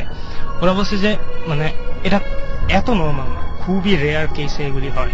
সিএনজি এলাকায় যখন আমি জিজ্ঞেস করলাম যে আমার ভয় পাও না, তখন তার রিপ্লাইটা ছিল এখানে ভয়ের কিছু নেই, মানে ভয় পাওয়ার কি আছে, এই টাইপের একটা আনসার ছিল। আর আমার পাশে যে আঙ্কেলটা ছিল, এমন একটা জিনিস দেখার পর একটা মানুষ মানে অনেক ভয় পাওয়ার কথা, লাইক আমি যেমন পেয়েছি, বাট তার মধ্যে তেমন কোনো কিছু আমি দেখি। ওকে, তো এই ছিল ঘটনা। এবং তো আসতে পারেননি, আমাদের এখানে উপস্থিত হতে পারেননি এইরকম একজনের ঘটনা, যিনি এই মুহূর্তে আমাদের সঙ্গে নাই, কিন্তু তিনি আমাদেরকে এই ঘটনাটি পাঠিয়েছেন। তো আমি সেই ঘটনাটি একটু আপনাদের জন্য পড়ে শোনাবো। লিখছেন, আমি মোহাম্মদ তামাজিদ হোসেন খান, শরীয়তপুর জেলার সদর উপজেলার বুড়ির ঘাট হাটে আমার বাড়ি। ভাইয়া আমি এরপরে হচ্ছে যেটা লিখেছে সেটা একটু বাংলা ইংরেজি মিশিয়ে, আচ্ছা ভূত হবে এটা, তো বাংলা ফন্টে ভূত এসেছিল আর কি। আমি ভূত এফএম এর একজন নিয়মিত শ্রোতা। আজ আমি আমার জীবনে একটি সত্য ঘটনা বলবো। ঘটনাটি আমরা একসাথে অনেকে প্রত্যক্ষ করেছি। ঘটনার মূল অংশ সংক্ষেপে লিখলাম। আমি ঢাকা থেকে বেশ দূরে থাকি, তাই ঢাকায় স্টুডিওতে এসে ঘটনা বলা বেশ কষ্টসাধ্য। ঘটনাটি পড়ে শোনালে খুশি হব। ঘটনা এই, 2008 সালে আমি এসএসসি পরীক্ষা দেই। পরীক্ষার কিছুদিন পরে আমার এলাকার তাবলিগ জামাতের মুরব্বীদের সাথে এক চিল্লা বা 40 দিনের জন্য তাবলিগে যাই। আগেই বলে রাখি, আমাদের জামাত যে ছিল ছাত্রদের, 19 জন সাথীর মধ্যে 14 জনই ছিল ছাত্র অর্থাৎ পরীক্ষার্থী। আমাদের জামাতের স্থান নির্ধারিত হয় ফেনী জেলার পরশুরাম উপজেলায়। এটি একটি সীমান্তবর্তী এলাকা। তাবলিগ জামাতের নিয়ম হলো 3 দিন করে প্রতি মসজিদে অবস্থান করা। আমরা যখন 2 নম্বর মসজিদে যাই, সেই মসজিদটি তখনও মেরামত কাজ হচ্ছিল। সেই জন্য সেই মসজিদের ইমাম সাহেব ছিল স্থানীয় এবং ও অনেক ধার্মিক এবং বেশ বয়স্ক। একদিন রাতে সে আমাদের জামাতের আমির সাহেবকে ডেকে বললেন যে এখানে জিন পরীর অনেক ঘটনা ঘটে, তাই আপনার সাথী ভাইদের সাবধানে থাকতে বলবেন। কথাটা আমরা সবাই শুনি এবং বেশ ভয় পেয়ে যাই, এবং সেই রাতেই আমাদের একটি জিনের ঘটনা বলেন, যা কিনা তার সাথে এবং এই মসজিদেই ঘটে। ফলে আমরা আরো ভয় পেয়ে যাই এবং আমরা ছাত্ররা কেউ মাগরিবের পরে একা মসজিদের বাহিরে যেতাম না। আমাদের সাথে সুজন নামে একজন ছাত্র ছিল, যে কিনা দেখতে অনেক সুন্দর ছিল এবং খুবই ভালো ছিল। তো আমরা খুব ভয়ে এই মসজিদে 3 দিন শেষ করে অন্য মসজিদে গেলাম কোনো সমস্যা ছাড়াই। এরপর যখন অন্য মসজিদে পৌঁছে আমাদের সঙ্গে থাকা সুজন নামের ছেলেটি একটু কেমন যেন হয়ে যায়। যেমন বেশি ইবাদত করা, আমাদের সাথে কম কথা বলা, ঠিক মতো না খাওয়া, প্রায় হঠাৎ উধাও হয়ে যাওয়া, এরকম ভাবে প্রায় 3টা মসজিদ পার করলাম। আমরা কেউ তেমন কিছু মনে করলাম না, কারণ ওকে আমরা সবাই আগে থেকে কেউ ভালোভাবে চিনতাম না। ভাবলাম হতে পারে ও হয়তো এরকমই। কিন্তু একটা জিনিস লক্ষ্য করতাম যে যেই 3টা মসজিদ পার করে আসলাম, যে সেখানে প্রতি মসজিদে স্থানীয় একজন লোকের সাথে খুব ভালো সম্পর্ক হয়ে যেত। বিভিন্ন ওয়াক্তের নামাজের আগে ও পরে তার সাথে বসে গল্প করত। আমরা কেউ ওই গল্পের মাঝে এসে বসলে তারা উভয়ই চুপ থাকতো আর চলে গেলে আবার কথা বলা শুরু করত, কিন্তু আমরা কেউ তাদের মাঝের গল্প শুনতে পেতাম না। আর এই স্থানীয় ব্যক্তি আমাদের কারোর সাথে তেমন কথা বলতো না। তার আচার আচরণও খুব অদ্ভুত রকমের ছিল। এভাবে 3টা মসজিদে ভিন্ন ভিন্ন 3 জনের সঙ্গে তার সম্পর্ক হলো। এর পরের একটা মসজিদে এসে একদিন আমরা সকাল 11টার দিকে মাসোয়ারা বা পরামর্শ করতে বসলাম সবাই মিলে। সেদিন তার অর্থাৎ সুজনের খেদমতের সিরিয়াল পড়লো, অর্থাৎ রান্না বান্না, খাওয়া দাওয়া ইত্যাদি। সে হঠাৎ বলে উঠলো, আমি সাহেব, আমি আজ কোনো দায়িত্ব নিতে পারবো না, আজ দুপুরে আমার একটু কাজ আছে। আমি সাহেব তাকে কিছু বললেন না। জোহরের নামাজের আগে সে হঠাৎ উধাও হয়ে গেল এবং তাকে আর কোথাও পাওয়া গেল না। আসর, মাগরিব, ঈশা শেষেও সে আর ফিরে এলো না। আমরা সবাই বেশ দুশ্চিন্তায় পড়ে গেলাম। এরপর রাত 9টার দিকে আমির সাহেবও মুরব্বীরা মিলে ফোঁটা ফোঁটা বৃষ্টির মধ্যে স্থানীয় একটা নদী পার হয়ে পরশুরামের বাজারে গেলেন এবং তাকে খোঁজার জন্য গেলেন। ভাবলেন বাজারে হয়তো থাকতে পারে। আমরা তখন অধীর আগ্রহে তাদের অপেক্ষা করতে লাগলাম। ঘন্টা দেড়েক পরে তারা ফিরে এলেন তাকে ছাড়াই। রাতে আমরা কেউ ভাত খেলাম না, সবাই তার জন্য দোয়া করতে লাগলাম। প্রায় 1টার দিকে আমরা সকলে মিলে বিশেষ দোয়া দুরুদ, নফল নামাজ, কোরআন শরীফ পাঠ ইত্যাদি করতে লাগলাম। 1 ঘন্টা পরে সকলে মিলে মোনাজাত করতে লাগলাম। আমাদের আমির সাহেব মোনাজাতের মধ্যে কেঁদেই দিলেন। আমরা প্রায় সবাই কেঁদে ফেললাম। দীর্ঘ মোনাজাতের পর যখন আমিন আমিন করে মোনাজাত শেষ করলাম, তখন আমরা কিছু আশা করছিলাম। বাইরে তখন বৃষ্টি হচ্ছিল।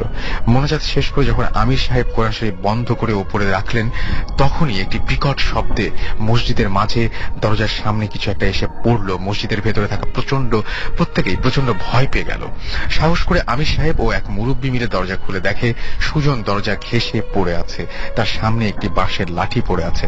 তাড়াতাড়ি করে তাকে মসজিদের ভেতরে নিয়ে আসা হলো, সাথে লাঠিটিও নিয়ে আসা হলো। বেহুশ অবস্থা থেকে হুঁশ ফেরাতে বেশ সময় লাগলো।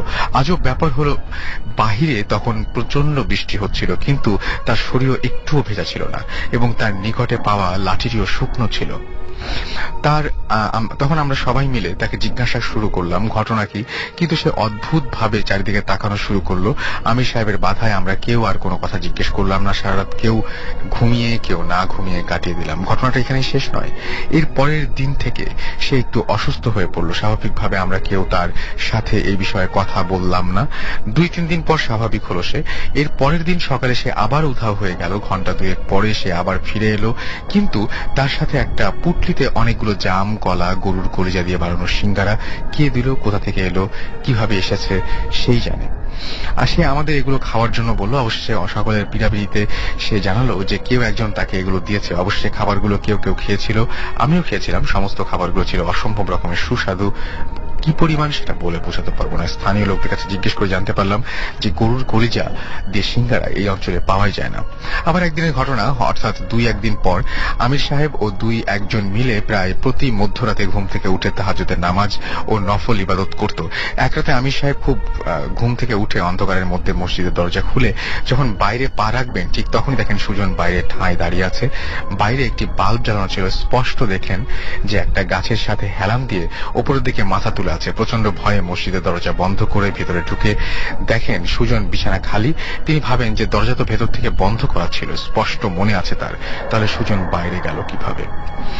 তারপর যেটা হলো সেটা হচ্ছে যে একটু আমরা যেটা করলাম সেটা হচ্ছে যে সুজনের বিছানা খালি, তারা 5 জন, অতঃপর মুরব্বীদের তিনি রেখে তুললেন। তারপর 4-5 জন মিলে বাহির থেকে মসজিদে আনার চেষ্টা করে, কিন্তু সে জোরে জোরে চিৎকার করে ওঠে এবং একটু পর আমার লোক আসবে, আপনারা চলে যান, এই বলে চিৎকার শুরু করলো সুজন। যখন তাকে বাইরে থেকে ভেতরে ঢোকানোর চেষ্টা করা হচ্ছিল, প্রচন্ড শব্দে আমরা প্রায় সকলে জেগে উঠি। সকলে মিলে তাকে বাইরে ভিতরে জোরপূর্বক নিয়ে আসি। এরপর সে কিছুটা শান্ত হয়। ফজরের নামাজের পর স্থানীয় মুরব্বীদের সাথে কথা বলে তাবলিগ জামাতের বড় এক মওলানার সন্ধান পাই। তারপরে স্থানীয় ওই মওলানার কাছ থেকে আমির সাহেব সব খুলে বলেন এবং সে সুজনকে ভালোভাবে দেখলো ও বিভিন্ন প্রশ্ন করলো। তারপরে সে জানালো ওকে একজন খারাপ জিন আছড় করেছে। সে বলল যে যেদিন ও চলে গিয়েছিল সেদিন আপনারা দোয়া ও মোনাজাত করায় একটা লাঠি ওই জিনটাকে পিটিয়ে মসজিদে ফেরত দিয়েছিল। উল্লেখ্য তিনি যে প্রায় প্রতি মসজিদে ভিন্ন ভিন্ন ব্যক্তির সাথে ভালো ভালো সম্পর্ক করতেন, তারা ছিল জিন পরি। তারা মানুষ জিন পরি এবং তারা মানুষ রূপে এসে কথা বলতো, কারণ ও অনেক সুন্দর থাকে। জিনরা ওকে পছন্দ করত। কেন তাকে পছন্দ করত তা জানি না, বা সুজনকে জিনের দেশে নিয়ে যাওয়ার জন্য নাকি কিছু অন্য কিছু। এরপরও তিনি একটি তাবিজ তার বাম হাতে বেঁধে দেন। এরপর থেকে কিছুটা স্বাভাবিক হয়। পুরোপুরি সুস্থ না হলেও বাকি দিনগুলো আমাদের এরকম ভয় ভয়ে কাটে। অনেক বড় একটা ঘটনা আমি পড়ে ফেলেছি, তারপরেও নিচে ছোট্ট করে লেখা আছে সংক্ষিপ্ত। ওকে, আমরা সরাসরি আবার গেস্টের কাছে চলে যাচ্ছি, তাদের ঘটনা শুনবো। আপনার কাছে আবার চলে যাই, আপনার নামটা আবার বলবেন, যেহেতু চেহারা দেখা যায় না আমাদের বারবার নাম বলতে হয়। ওকে। হ্যালো লিসেনার্স, আমি তাসমিয়া। রাসেল ভাই, আমি এখন যে ঘটনাটা বলবো সেটা হলো বাসার এটা কি ভিতরে। আপনাদের হাজবেন্ড ওয়াইফ দুজনেরই ঘটনা নাকি আপনার একার ঘটনা? এটা একারটা বলবো, আপনার যেটা ইচ্ছা করে সেটাই বলেন। আমি অ্যাকচুয়ালি চাচ্ছিলাম যে এই ঘটনাটা শেষ করি। এই যে Please. আমাদের বাসার ঘটনাটা Please. সেটা হলো গিয়ে ও যখন জানতে পারলো, আপনি তো বললেন যে দারোয়ানকে জিজ্ঞেস করলো, যেটা জানার পর তখন কি দারোয়ান বলছিল যে ওই মহিলাটা আমাদের বাসায় থাকতো? তখন তো মনে হয় বলেনি, তখনই বলছে। আচ্ছা, তাও তখন ভয় এতটা কাজ করেনি, কারণ বাসায় আমরা মানে সারাক্ষণই মানুষ আসা যাওয়া করতো, রাত বাদে সারাক্ষণই গেস্ট আসতো, তো তেমন একটা ভয় লাগতো না। তো এরপর মানে ছাদ সিঁড়ি এগুলো এক্সপিরিয়েন্স করে আসার পর ঘরে যেটা স্টার্ট হলো রাতের বেলায় 1:30 কি 2টার দিকে, 1:30 কি 2টার দিকে এরকম ও বেশিরভাগ সময় রাত জাগে, মুভি টুভি দেখে। ওর সাথে দেখা যায় যে আমিও মুভি দেখি, তো রাত জাগা হতো, হয় এখনো হয়। তো এরকম 2টা কি 2:30, 1:30 এইরকম টাইমটার মধ্যেই মানে বাসাটা তো 2 তলা ছিল, ডুপ্লেক্স জয়েন্ট করা। তো নিচে হলো গিয়ে ডাইনিং স্পেস, হল রুম, একটা গেস্ট রুম আর কিচেন। তো আমাদের বেডরুমটা যেটা ছিল, আমাদের বেডরুমটা একদম সিঁড়ির পাশেই। নিচে যদি কোনো সাউন্ড হয় বা নিচে যদি কেউ কথাও বলে, সেটা সবচেয়ে আগে আমাদের রুমেই আসবে সাউন্ডটা, দরজা বন্ধ থাকলো। তো এরকম ফার্স্টে আমি যেটা শুনলাম ওইটা আমি বলি। ফার্স্টে এরকম আমি শুনলাম যে রাতের 2টার দিকে মনে হচ্ছে যে কিচেনে গিয়ে কেউ মানে হাঁড়ি পাতিল ধুলে যেরকম ঠাস ঠাস আওয়াজ হয়, হাঁড়ি পাতিল ধরা কল ছাড়ছে। তারপর চেয়ার টেনে কেউ বসলে, মানে ডাইনিং স্পেসে চেয়ার টেনে কেউ বসে, এরকম শব্দ। তো আমি মনে করলাম যে আমার শাশুড়ি মনে উঠছে কোনো কারণে, ওটা আমি বেশি ইয়ে করি। কিন্তু ওই দিন কিন্তু ও শুনছে। আচ্ছা, ও আগে থেকেই শুনতো, কিন্তু আমাকে বলেনি আমি ভয় পাবো বলে। ও ওই দিন শুনছে, শুনে ও মুভি দেখার ভান করে বসে আছে। আমি কিন্তু শুনছি, শুনে ওকে একটু বললাম যে একটু সাউন্ডটা পজ করো, মুভিটা পজ করো, একটু শুনো। ও বলছে কিছু না, হয়তো বা আম্মু উঠছে। গেল 2 দিন গেল এরকম। তো 2 দিনের মধ্যে ও তো ইয়া করতেছে না, 2 দিন ও শুনে ও বলছে হ্যাঁ সাউন্ড তো হইতেছে, ব্যাপার কি। তো এরকম আরেকটা সবচেয়ে ভয়ঙ্কর যেটা বলবো সেটা হলো গিয়ে যে আমাদের গেস্ট রুমে মানে দরজার উপরে যে উইন্ডচিম ঝুলানো থাকে, হুম হুম। নিচে তলায় যে গেস্ট রুমটা মানে উইন্ডচিম ঝুলানো থাকে, সাউন্ড হয় যে, ওইটা হলো গিয়ে মানে ফার্স্টের 2 দিন মনে হচ্ছে যে কেউ হাত দিয়ে নাড়ালে যেরকম একটা জোরে টুংটাং টুংটাং উইন্ডচিমের একটা সাউন্ড আচ্ছা হবে, আচ্ছা ওকে মানে বাতাসে নড়া না, আচ্ছা আচ্ছা আচ্ছা মনে হচ্ছে বুঝতে কেউ পেরেছি। হিট করতেছে। হুম হুম। প্রথম 2 দিন এরকম মনে হয় যে হিট করলো কেউ, বা কেউ যদি রুমে লম্বা কেউ যদি ঢুকতে গিয়ে যদি মাথায় বাড়ি খায় উইন্ডচিমটা যেরকম একটা সাউন্ড হবে, বেশ জোরেই কিন্তু রাসেল ভাই জোরেই সাউন্ডটা পেয়েছি Okay. আমরা। এত রাতে গেস্ট রুমে কে ঢুকবে, গেস্ট রুমটা প্রায় বন্ধই থাকতো। গেল ওই সাউন্ড গেল। তো 3 দিনের দিন আমি দুপুর বেলায় আমি মাকে জিজ্ঞেস করলাম, মা আপনি কি এরকম রাতে 2টা বাজে উঠেছিলেন হাড়ি কিনা? বাতিল ধোয়ার কি দরকার, সকালেই ধুতে পারেন। বলে কে বলছে আমি 2টা বাজে উঠছি, আমি তো 12টা বাজে দুনিয়া থেকে আমি নাই হয়ে যাই, এরকম একটা কিছু। আমি তো তখন আমি রাতের ভাই এমনি তো অনেক ভয় পাই। একটা কথা বলে নেই যে ছোটবেলা থেকে আমার আম্মু আমাকে মানে ভয়ের তাবিজ দিত, This track was downloaded from FusionBD.com. কখনো থাকতো না আমার সাথে, মানে থাকতোই না, হয় তাবিজের ভিতর থেকে মানে সূরাটা পড়ে যেত, মানে মোম সরে গিয়ে তাবিজ হারিয়ে যেত, এরকম হতো। আমি অনেক ভয় পাই। সো এর শোনার পর আমার তো আর শান্তি নেই। ওদিন সারাদিন ও বাইরে ছিল, ওকে ফোন দিতে দিতে দিতে তুমি আসো আজকে রাতে দেখো এরকম কিছু হয় নাকি। যেদিন দেখবো ওই দিন রাতে কিন্তু আর কোনো সাউন্ড যেদিন আপনারা একদম সজাগ থাকবেন আর কি। সজাগ মানে শুনতে চাচ্ছি। পরের দিন সাউন্ডটা হলো, ও তো মানে যা হবে ওটা ইনস্ট্যান্ট ও দেখবেই। আচ্ছা। সাউন্ড হয়েছে উইন্ডচিমের সাউন্ডটা হয়েছে, পাকঘরে কিচেন টিচেন এগুলো না, উইন্ডচিমের সাউন্ডটা মনে হচ্ছে যে কে যেন রাগের চোটে যদি উইন্ডচিমটা বাড়িয়ে দেয় তাহলে। কেউ নাই রাতে বেলা, নিচের ফ্লোরে পুরো খালি, ওখানে কেউ নাই, উপর তলা 3টা বেডরুম। সুতরাং ওই সাউন্ডটা আসার কথাই না, বা ওইটা কেউ বাড়ি দেয় কোনো কোনো কথাই ভাবে না। না, বাতাসও আসার মতো কোনো উপায় নেই। সেই জায়গায় হিট করতেছে কন্টিনিউ, এরকম একটা শব্দ পেয়েছে। থেমে থেমে হিট করতেছে। আচ্ছা, তারপরে কি হলো? তারপর আমি নামি, ও তো খুবই ভয় পায়, ওকে আমি বলছি না কোনো ব্যাপার না, আমি দেখি কোনো ব্যাপার না। তা আমি যখন নামি নেমে, আওয়াজটা তো পরিচিত, খুবই পরিচিত, আর ওইটা ছাড়া কোথা থেকে আওয়াজ আসা সম্ভব না।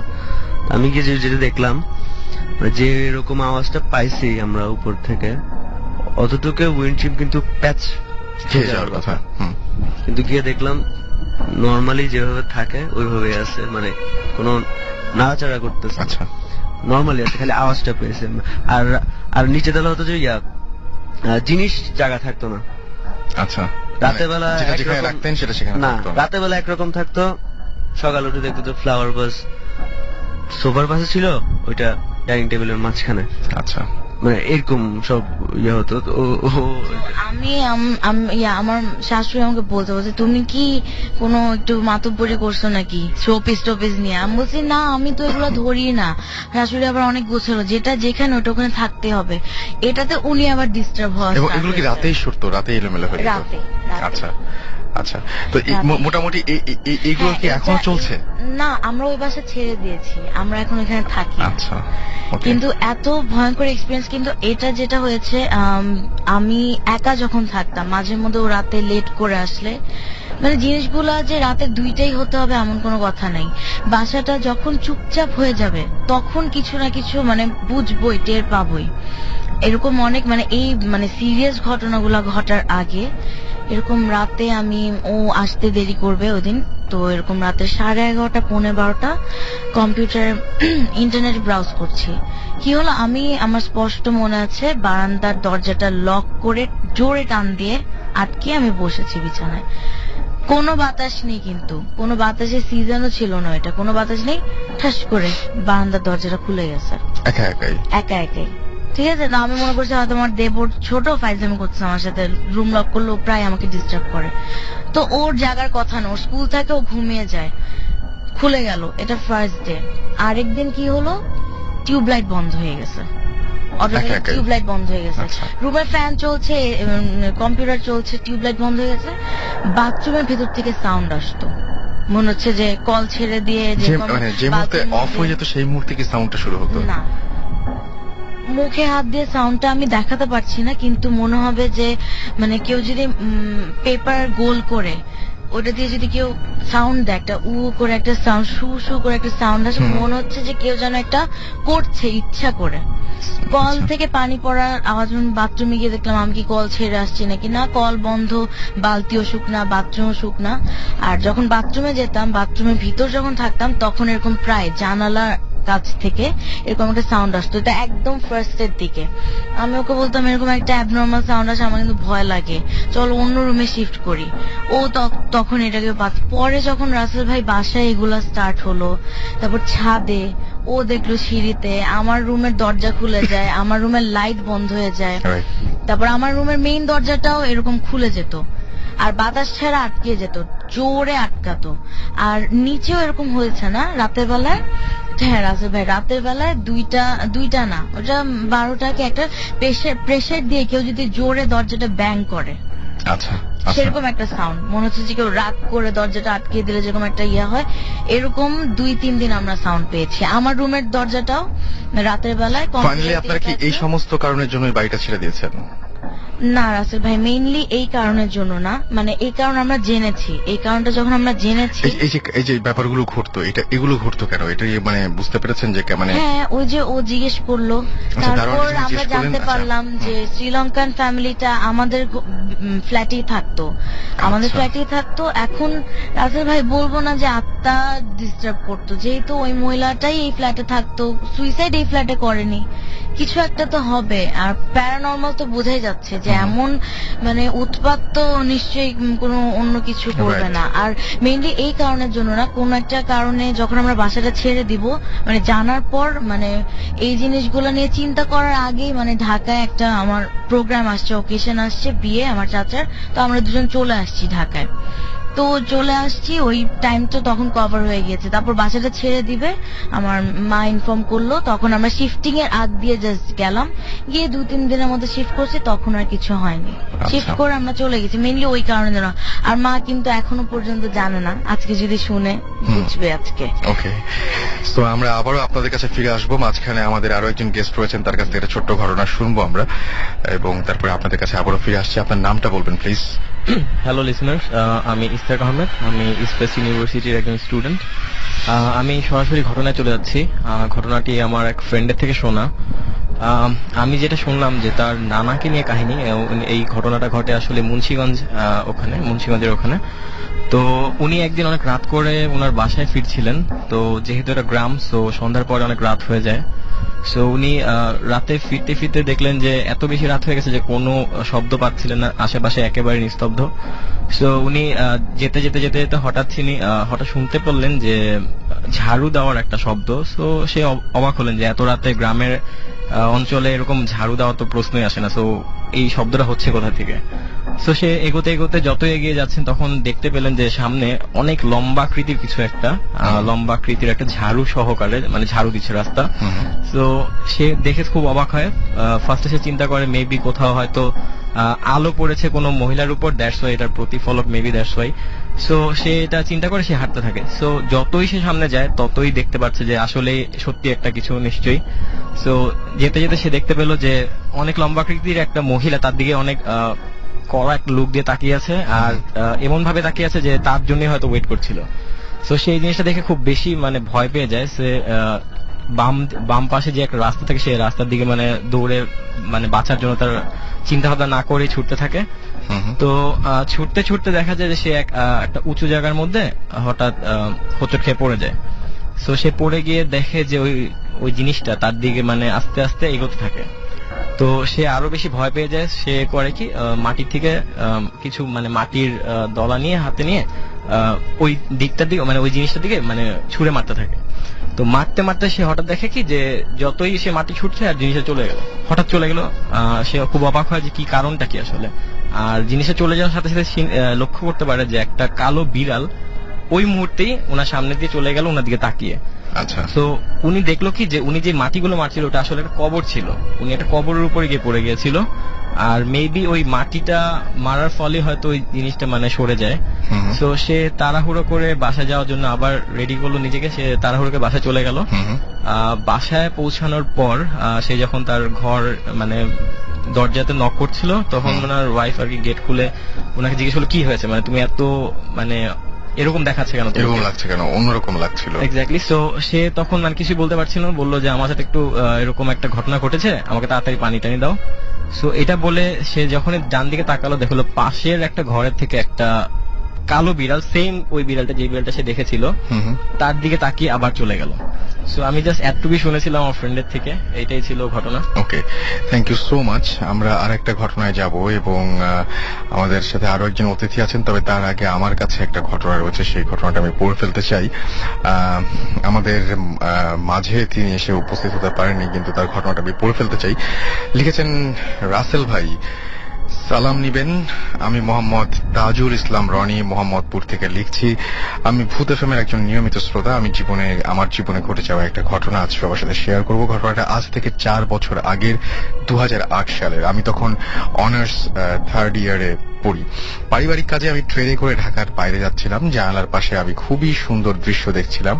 আমার কিছু ফ্রেন্ড আমাকে খুব বেশি ফোন করায় আমি ফোন অফ করে ফেলি আর ট্রেন ভ্রমণ উপভোগ করতে থাকি। এভাবে অনেক সময় কেটে যায়। কখন আমার পাশে এসে একজন বয়স্ক লোক বসেছে আমার খেয়াল ছিল না। সেই বয়স্ক লোকটা আমার গায়ে ধাক্কা দিয়ে বলল, তোমার মোবাইল ফোনটা অফ কেন? তোমার জরুরি একটা ফোন আসবে, ফোনটা ওপেন করো। আমি কোনো কিছু না ভেবে ফোনটা চালু করি। সাথে সাথে আমার বাসা থেকে ফোন আসে, আমার নানা খুব অসুস্থ, আমি যেন খুব জলদি ঢাকায় ফিরে আসি। ফোনটা রেখে আমি দেখলাম আমার পাশে কেউ নাই। সামনের দিকে লোকটাকে জিজ্ঞেস করলাম যে সে বলল যে আমার পাশে সে কাউকেই দেখে নাই। আমি তখন খুব অবাক হলাম। আর পরের ট্রেনে আমি ঢাকায় ফিরে আসি। আর আমি আসা মাত্র ঘন্টাখানেক পরেই আমার নানা মারা যায়। আমার কাছে ব্যাপারটা খুব অবাক লাগে। আর অবাক হবার বিষয়, সেই বয়স্ক লোকটাকে আমি আরো বেশ কয়েকবার দেখেছি। সে আমাকে তখনই দেখা দিয়েছে যখন আমার খুব প্রয়োজন পড়ে। আমি জানি না সে কে, কেনই বা সে আমাকে তো সাহায্য করে। শেষবার তাকে দেখেছি 2011 সালের মে মাসে। আমি বাসে করে বন্ধুর সাথে দেখা করার জন্য সাভারে যাচ্ছিলাম। যখন টেকনিক্যাল পৌঁছালাম, সেই বয়স্ক লোকটা এসে আমাকে বলল, তুমি যেখানে যাচ্ছ তোমার বিপদ হবে। আর যথারীতি সে গায়েব হয়ে যায়। একথা শুনে আমি তড়িঘড়ি করে গাবতলীতে নেমে যাই। পরে জানতে পারি সেখানে আমার যত বন্ধুরা গিয়েছিল তারা নৌকা ভ্রমণ করতে আশুলিয়ার দিকে যায়, আর দুষ্টামি করতে করতে তারা নৌকা উল্টে ফেলে। তারা সবাই সাঁতার জানতো, তাই কোনো বিপদ নেই। তবে আমার বেলায় হয়তো অন্য কিছু হতো, কেননা আমি সাঁতার জানি না। এই জন্য এই ছিল আমার ঘটনা। এই ঘটনা শেয়ার করতে পারছি না, তাই পড়লে খুশি হব। Thank you. আমার কাছে খুবই অদ্ভুত লেগেছে যে কেউ একজন আপনাকে সবসময় বিপদ থেকে বাঁচিয়ে দিচ্ছে, কেউ একজন আপনাকে বিভিন্ন ধরনের ইনফরমেশন দিচ্ছে, তাকে আপনি চেনেন না, কোনোদিন জানেন না যে সে কে। খুবই অদ্ভুত ব্যাপারটা। এর সঙ্গে আরেকজন গেস্ট রয়েছেন, আপনার ঘটনাটা আমরা শুনে ফেলি। হ্যালো লিসেনার, আমি সেতু বাউন্ডুলে। আমি রাজশাহীর ছেলে। আমি মূলত ঢাকায় থাকি। আচ্ছা, আমরা ঘটনায় চলে যাই, আর হাতে খুব সময় কম। আমার যে ঘটনাটা ঘটেছে আর কি, আমি কোনো এক্সপ্লেইনই আসলে বের করতে পারি নাই। গত কিছুদিন আগে একসাথে সরকারি প্রায় 3 দিন ছুটি পড়েছিল, শুক্র শনি রবি। তো আমরা যারা থাকি, আমি তারপরে তুষার, অপু, মঞ্জু, সবাই ওরা আর কি, আমরা সবাই বাসা যাওয়ার জন্য প্ল্যান করলাম। তো আমি মূলত মিউজিক করি, যার ফলে আমার সাথে আমার কিবোর্ডিস্ট লিখন এবং আমার গিটারিস্ট নান্নু, ওরা বললো যে কালকে একটা সিট নিয়ে আমরা আর কি রেকর্ডিং এর কাজ করছি, যার কারণে কালকে তুমি বাসা যেও না। আর আমাদের সাথে আরেকজন ভোকাল আছে আরিফা, সে বললো তো ভাইয়া তাহলে কাজটা করে যাও, তুমি যেও না বাসায়। যার ফলে ওরা সবাই বাসা চলে গিয়েছে। এটা হচ্ছে যে বৃহস্পতিবারে সবাই রাতে বাসা চলে গিয়েছে, কিন্তু আমি আর বাসা যেতে পারি নাই, কারণ পরের দিন সকালে আমার সিট ছিল। তো পরের দিন সকালবেলা আমি যথারীতি স্টুডিও চলে গিয়েছি। স্টুডিও চলে যাওয়ার পর বিকেলে আসছি আর কি। তো বিকেলে আসার ফলে আমাদের বাসায় যে কাজের বউ আছে, যে ভদ্র মহিলা, উনি আসার সাথে সাথেই আমাকে মগে আর কি কফি দিলেন। আমি রুমে ফ্রেশ হয়ে কফি খাচ্ছি আর হলো কি পেপার পড়ছি। তো কফিটা প্রায় শেষ হয়ে গেছে। কফির মগটা পাশেই রাখলাম আমি। তো আর পেপার পড়ছি। তো একজন মানুষ চলাচল করলে বাসায় এটা তো বোঝা যাবে স্বাভাবিক। আমাদের বাসা, আমি যে রুমটাতে থাকি সেখান থেকে কিচেন প্রায় 20 ফিট মতো দূরে হবে আর কি। তা আমার মানে কেমন জানি মনে হইলো ওখানে বুয়া হলো রান্না বান্না করছে। আমি বুঝতে পারছি ওইখানে আপনার নড়ছে, পাতিল টাতিল মাছছে বা এরকম কিছু মনে হচ্ছে। আর এমন সময় হুট করে কেমন যেন মনে হলো যে আমার পেছন থেকে ওইখান থেকেই বুয়া আপনার মগটা টেনে নিয়েছে। এটা দূরত্ব প্রায় 20 ফিট মতো। আমার জাস্ট এরকম মনে হলো, দেখলাম ঠিকই ওইখানে মগটা নাই। আচ্ছা, এরপরে আপনার তা আমি মনে করলাম যে বুয়া হয়তো নিয়ে গেছে, আমি অত খুব বেশি চিন্তাও করতে চাইলাম না আর কি। তারপরে চাটা খাওয়ার পরে বিকেলবেলা আবার আমি বের হব, এমন সময় মিষ্টি দেখলাম ইয়েতে আপনার আমাদের রান্নাঘরে, যেখানে দেখলাম মিষ্টি রাখা আছে আর কি। তা আমি বুয়াকে বললাম যে বুয়া মিষ্টি কে নিয়ে আসলো? তো বললো যে মামা মিষ্টি নিয়ে আসছে ছোট মামা, মানে আমাদের অপু নামে আমাদের এক ভাগ্নে থাকে আর কি, ওর বাসা টাঙ্গাইল। বলছে যে ছোট মামা মিষ্টি নিয়ে আসছে আর কি। তো আমি আবার 2-3টে মিষ্টি খেলাম আর কি। তো মিষ্টি টিষ্টি খাওয়ার পরে আবার সন্ধ্যা পরে আমি স্টুডিওতে ঢুকবো। তো এমন সময় মনে হলো যে আমি আমার রুমটা খোলা রেখে আসছি আর কি। হ্যাঁ, রুম খোলা রেখে আসছে, রুমে গিটার আছে, তারপরে ল্যাপটপ আছে। তো রুমটা লক করার জন্য বুয়াকে ফোন দিলাম যে খালা একটু আমার রুমটা লক করে বের হয়েন আপনি। তো এটা বলার পরে বুয়া আমাকে বলছে যে মামা আমি তো আপনাদের বাসা যেতে পারিনি, গতকালকে বৃহস্পতিবার ছিল, ওনাদের 3 জনের সাথে কথা বলছি আর কি, বলে আমি একটু আমার গ্রামের বাড়ি আসছি। ওনার গ্রামের বাড়ি আবার নীলফামারী। তো নীলফামারী আসছি আমি, আমার বাসায় একটু জায়গা জমির ঝামেলা হয়েছে, আর 3 দিন ছুটি পেলাম। আর আমি তো শুনলাম আপনারা সবাই চলে গেছেন, যার কারণে আমি গ্রামের বাড়ি আসছি। তো আমার তো শুনে মানে আমি খুবই থান্ডার্ড যে বুয়া আমাকে চা বানিয়ে দিল, ওইখানে মিষ্টি আছে, মিষ্টি খেতে দিল। তা আমার সন্দেহ হলো, আমি সাথে সাথে অপুকে ফোন দিলাম যে অপু তুমি কোথায়? তো বলছে অপু কিন্তু অলরেডি টাঙ্গাইলে, তার চাচা আসছে। তো বলছে যে মামা আমার চাচা আসছে সৌদি থেকে, তো আমি আজকে আমি ফিরতাম কিন্তু ফিরতে পারলাম না। তো আমি 2-3 দিন ছুটি, যে 2-3 দিন আছে আর কি, ছুটির 2-3 দিনই কাটিয়ে আসবো আর কি। আমি সাথে সাথে স্টুডিও ওয়ার্ক অফ করে সাথে সাথে বাসায় আসলাম। বাসায় এসে দেখছি আপনার আমাদের দরজাটা হলো খোলা আর কি। হ্যাঁ, কিন্তু আমাদের বাসাটা বের হলে 2টা আলাদা আলাদা লক আছে, একটা কলাপসিবল আছে আর একটা চাবি আছে যেটাতে লক করতে হয়। তো 2টা তালা মানে লক করা বা কলাপসিবলটা আমি চাপ দিয়ে গেছি, কলাপসিবলটা আর কি। হ্যাঁ, কলাপসিবলটা চাপ দিয়ে গেছি কারণ বুয়া ছিল বাসায়। এসে দেখছি আপনার দরজা খোলা আর মিষ্টির প্যাকেটও ছিল কিন্তু। তো এই জিনিসটা আমার কাছে খুবই অবাক লেগেছে। এবং এটা কেউ আসেনি, বুয়া ছিল না, আপনার ভাইও আসে নাই, তাহলে মিষ্টির প্যাকেটটা আসলো কিভাবে? আপনাকে কে সেই কফি বা চা যেটা এবং রিসেন্ট গত পরশুদিনের ঘটনা, আমার সাথে আমার ভাগ্নে থাকে মঞ্জু, ও হচ্ছে বাংলাদেশ ব্যাংকের রেডি। ও পরশুদিন বের হয়েছে। আমাদের রুমটা এরকম একদম গ্রাউন্ড ফ্লোরে থাকে, আমরা গ্রাউন্ড ফ্লোরের সামনে হচ্ছে আপনার কার পার্কিং। তো রুম লাগে, ও শেষে বের হয়েছে বাসা থেকে, আমরা সকালবেলা সব বেরিয়ে গেছি। ও 2টা কিন্তু লক আমাদের, একটা কলসিবল আর একটা চাবি দিয়ে ঘুরে বের হতে হয়। ও 2টা লাগিয়ে খুব ভালো করে লাগিয়ে বের হয়ে আসছে, কারণ ও শেষ বের হচ্ছে, একটু কেয়ারফুলি বের হচ্ছে। বের হয়ে এসে যেটা মেন দরজা আর কি, প্রথমে দরজা আমাদের রুমে, তারপরে সামনে হচ্ছে আপনার কার পার্কিং, তারপরে মেন দরজাটা আর কি। ওটা যখন ও বের করছে, ও দেখছে সামনে দরজা খোলা আমাদের রুমের। আচ্ছা, হ্যাঁ, এই জিনিসগুলা মানে খুবই অদ্ভুত। আমার কাছে কোনো এক্সপ্লেইন নাই আসলে বিষয়। থ্যাংক ইউ আপনার ঘটনার জন্য। আমাদের কাছে বেশ কিছু SMS চলে এসছে। ইমন আমাদেরকে SMS করেছেন, SMS করেছেন সুমন আশরাফুল, এবং তারা বলছেন যে ঘটনাগুলো দেখছে ভালো লাগছে। মামুন আমাদেরকে SMS করেছেন মিরপুর 1 থেকে, আমার SMS পড়া হয় না, প্লিজ SMS পড়ে ফেললাম। তসির চিটাগাং থেকে আমাদের SMS করেছেন, আমরা আজকে 10 বন্ধু মিলে ফুল FM শুনছি, সামনে আমাদের পরীক্ষা আছে, আমাদের জন্য দোয়া করবেন। খাজা জায়ের ঢাকা ইম্পেরিয়াল কলেজ থেকে আমাদের SMS করেছেন, আমি HSC ক্যান্ডিডেট, এবং তিনি বলছেন যে আমার আর কয়টা SMS পাঠাতে হবে, SMS পড়ার জন্য আমি আপনার SMS পড়ে ফেললাম। আমাকে রাশ মিলা SMS করেছেন, এছাড়াও ডক্টর আলম SMS করেছেন ফ্রম শ্যামলী, লিখেছেন প্লিজ ভাই আমার SMS-টি পড়ে ফেললাম। পুনম ঢাকা থেকে লিখেছেন থ্যাঙ্কস আপু অ্যান্ড ভাইয়া, আপনারা আপনাদের নাইস স্টোরি শোনানোর জন্য এবং রিয়েল যে ঘটনাগুলো রিভিল এটা ভালো লাগছে, এবং তিনি বলছেন যে আচ্ছা তারা সবাই মিলে একসাথে শুনছেন। আর অপূর্ব, জুয়েল, আশিস, সাবাব, অর্ণব, নওশিন, প্রতীক, তারপরে সাকিব, রাজীব, ইসমাইল, ফারা, রিয়া, মুনিয়া, রিয়াজ, ঝুমা, পুষণ, আসিফ, নাইম, নিরোধ, পায়েল, নাজমুল সহ আরো অনেকে একসঙ্গে আমাদেরকে শুনছেন। এছাড়াও বিদ্যুৎ SMS করেছেন, ব্লাইন্ড ডেভিল SMS করেছেন মুন্না, সিনথিয়া, দিহান, এছাড়াও আমাদেরকে SMS করেছেন রায়হান সহ আরো অনেকে। যারা SMS পাঠাতে চান তারা মোবাইলের মেসেজ অপশনে গিয়ে টাইপ করুন SHOUT শাউট স্পেস আপনার নাম স্পেস আপনার মেসেজ পাঠিয়ে দিন 9840 নাম্বারে, আপনার এয়ারটেল নাম্বার থেকে বা অন্য যে কোনো নাম্বার থেকে। আমরা আবার আপনার কাছে ফিরে আসছি। This track was downloaded from FusionBD.com. আপনাদের কাছে ফিরে আসছে, এবং সবাই যেহেতু আপনাদের ঘটনার প্রশংসা করছেই, সেই ঘটনা আমরা শুনবো। তবে তার একটা ছোট্ট ব্রেক নিয়ে নিই, ব্রেকের পরে আমরা আবার ফিরে আসছি, এবং এর মাঝখানে আমরা ঘটনাও রেডি করে ফেলতে পারবো যে আপনি কোন ঘটনাটা শোনাতে চাচ্ছেন। ওকে, সো স্টেড ইন রেডিও ফুর্তি অ্যান্ড ডোন্ট স্টপ দ্য ফুর্তি। ফিরে আসছি ছোট্ট একটা ব্রেকের পরে।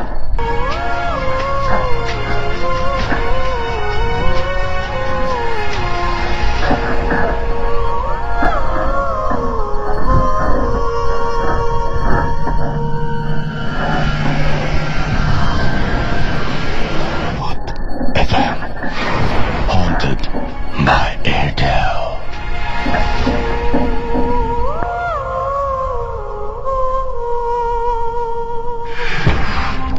শুনছেন সবসময় রেডিও ফুর্তি, চলছে ভূত FM হন্টেড বাই এয়ারটেল। আছে আমি রাসেল এবং আমার সঙ্গে মাসুম, এবং আজকের অতিথিরা। কোনো কথা না বাড়িয়ে সরাসরি ঘটনায় চলে যাচ্ছি। আপনার ঘটনা শুনি, নামটা বলতে হবে আরেকবার। লিসেনার্স, আমি ফাহাদ। রাসেল ভাই, সরাসরি ঘটনা চলে যাবে। এটা আসলে আমার সাথে ঘটনা না, আমার শোনা ঘটনা। চট্টগ্রামের ঘটনা। চিটাগংয়ে একটা আগ্রাবাদ এরিয়া আছে, ওখানে একটা সরকারি কোয়ার্টার আছে, মানে CGS কলোনি বলে ওটাকে। সরকারি কোয়ার্টারটা ওখানে আছে, মানে বেশ 15-20টা কোয়ার্টার মিলে একটা বাউন্ডারির ভিতরে একটা সরকারি কোয়ার্টার। তো ওই কোয়ার্টারে মানে একটা ফ্ল্যাটের যে ঘটনাটা আর কি আমি শোনা, আমার যে বন্ধু, মানে ওর বাবা সরকারি একজন কর্মকর্তা, তো উনি এই কোয়ার্টারটা পায় আর কি। তো রাসেল ভাই, আমরা জানি যে মানে এইসব বেশি কিছু কোয়ার্টারে মানে কি সবাই কিন্তু থাকে না, বেশিরভাগ অফিসাররা থাকে না, ওরা অন্য জায়গা থেকে এগুলো রেন্টে দিয়ে দেয়, এরকমই কিন্তু হয়। ওকে, তো সেম ওই আমার ফ্রেন্ডের বাবা ওখানে থাকেন না, উনি আরেক জায়গায় থাকেন। ওনার কোয়ার্টারটা উনি যেটা পেয়েছে ওটা উনি রেন্টে দিয়ে দিয়েছে। তো যেটা হলো, ভাড়াটিয়া থাকতো না, 1 মাস পর 2 মাস চলে যেত, থাকতো না, বলতে গেলে কোয়ার্টারটা খালি পুরো থাকতো। তো আমার ফ্রেন্ডের মামা, উনি একা ছিল, উনি বলেন যে ঠিক আছে, ভাড়াটিয়া যখন থাকে না, আমি মানে উনিও থাকতো শহরে, কাজের জন্য থাকতে হতো ওনাকে। উনি আবার ব্যাচেলার মেসে থাকতো আর কি। তো উনি ওনার মানে দুলাভাইকে বলে ওই কোয়ার্টারে উনি একাই থাকতে শুরু করেছিলেন। আচ্ছা, তো যেটা হতো ওখানে প্রবলেম গুলো ছিল কি, আমি প্রবলেম গুলো আগে বলি।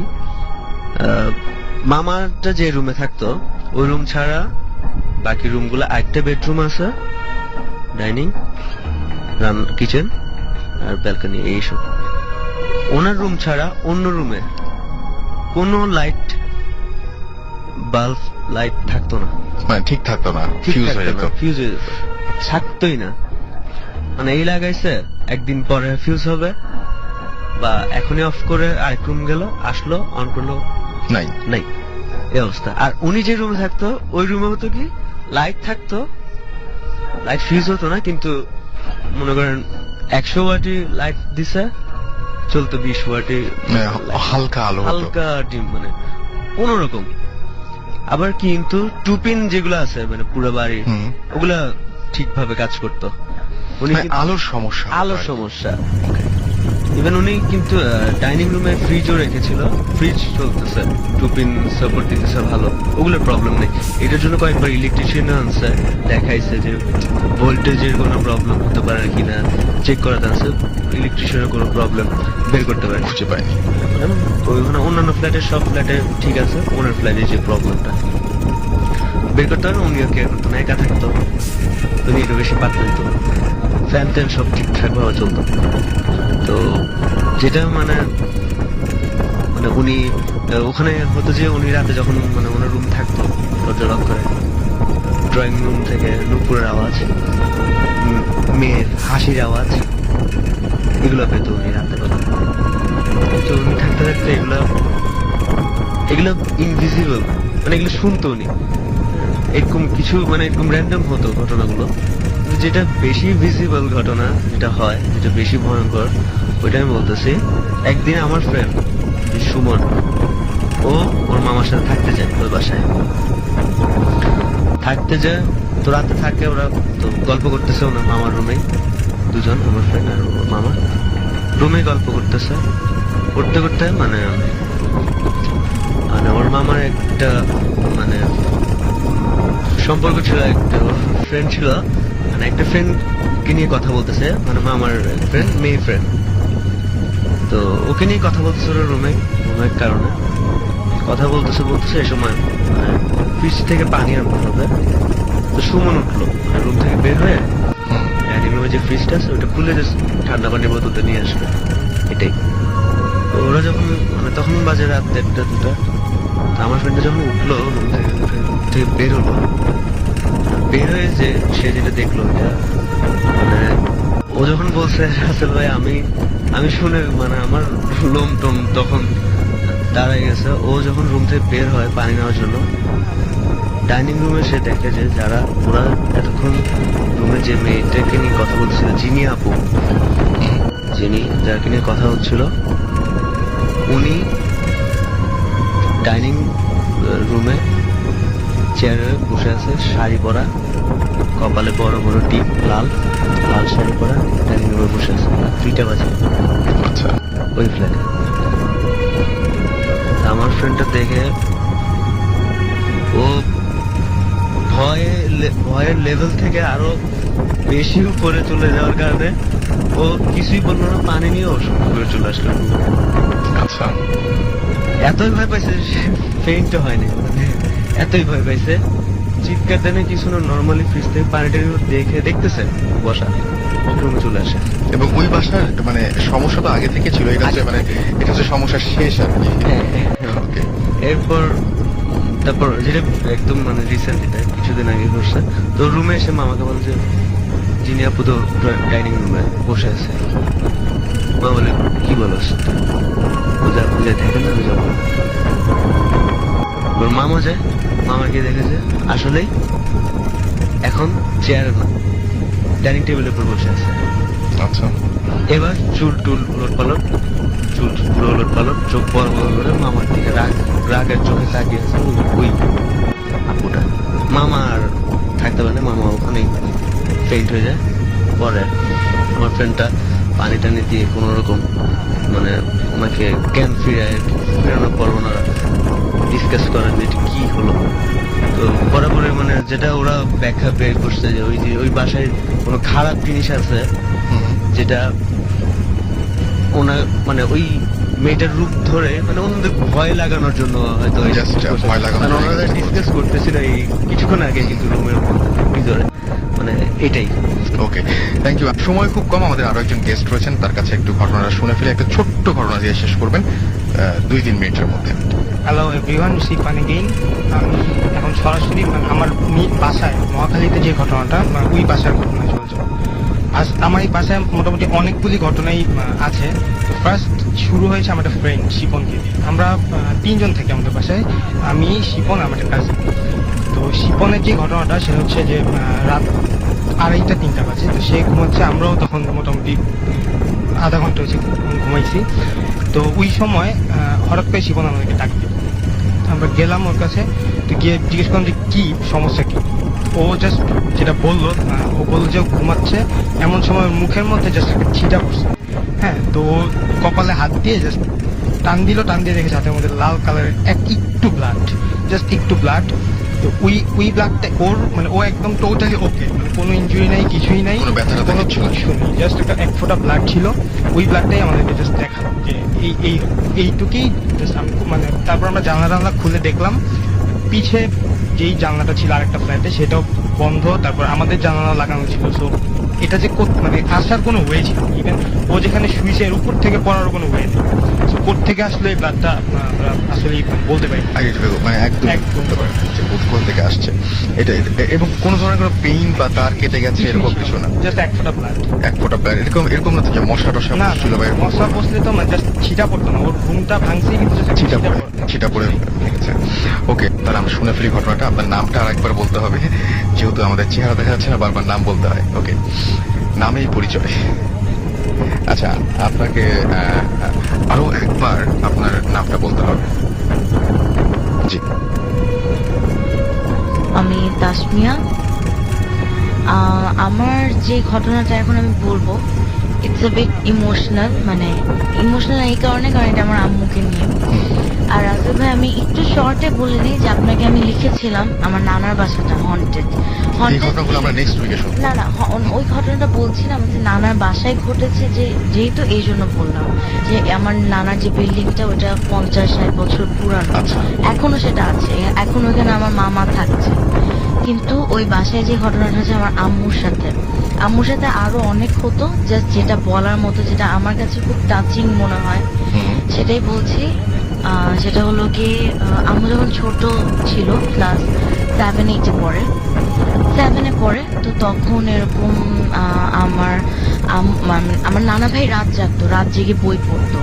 তো নানা ভাই প্রায় মানে প্রথম 2-3 দিন দেখলো যে আম্মু রাতে 2টা কি 2:30টার দিকে এরকম মানে রুমের থেকে বের হয়ে, আম্মুর রুমের সাথে বারান্দা ছিল, ওই বারান্দাটা কানেক্ট করতো আমার নানা ভাই রুমটার সাথে। তো জানালা দিয়ে দেখা যেত বারান্দায় কেউ হাঁটলে বা কিছু।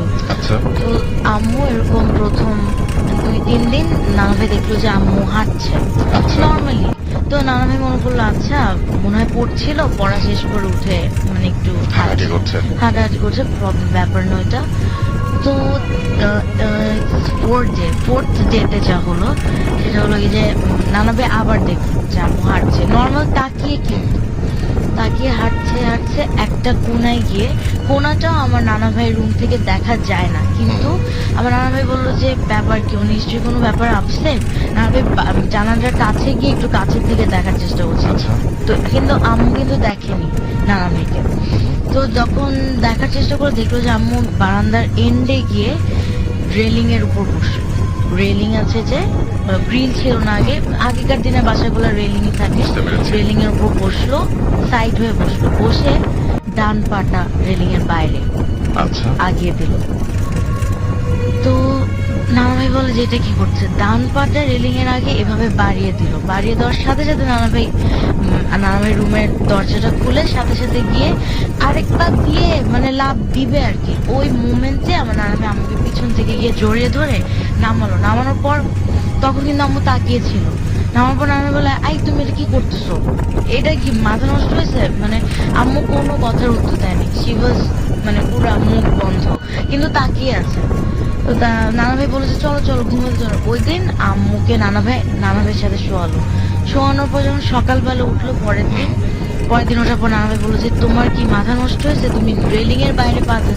আম্মু বলে কি বলো, আমি রেলিং এর বাইরে পা দিব মানে, আর আমি এই ঘরে আসলাম, কিচ্ছু মনে নেই। আর সে যে আগেও 3-4 দিন হেঁটেছে এটাও নানা ভাই বলতে পারে, কিচ্ছু মনে নেই, কিছুই তার মনে নেই। সেটা হলো গিয়ে তাকে মানে নিশি ধরেছিল। আর আরেকটা কথা, লাস্ট কথা, সেটা হলো যে আমার নানার বাসার উল্টা দিকে, এখন সেটা নেই, 7টা নারকেল গাছ ছিল।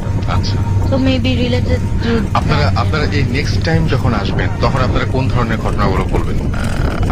আপনারও থেকে গেছে বেশ কিছু বাকি, আপনারা কোন ধরনের ঘটনা শেয়ার করবেন? তখন কি পুরনো সময়ের ঘটনা বা আপনার নানার বাসার ঘটনাগুলো শেয়ার করবেন? হ্যাঁ, কিছু ঘটনা, এই আম্মু যেটা, এটা তো নানা ভাইয়ের বাসায় হয়েছে, আমার নানার সাথে অনেক ঘটনা হয়েছে। আর রাসেল ভাই যেটা আপনাকে লিখেছি আমার মামার সাথে একদম রিসেন্টলি 2 মাস আগে ভয়ঙ্কর একটা ঘটনা, যেটা বিশ্বাস করতে পারছি না, ব্যাখ্যাও পাচ্ছি না, এরকম একটা। ওকে, থ্যাংক ইউ সো মাচ। আজকে আমাদের হাতে আর সময় নেই। সো আগামী সপ্তাহ পর্যন্ত সবাই ভালো থাকুন, সুস্থ থাকুন, সুন্দর থাকুন।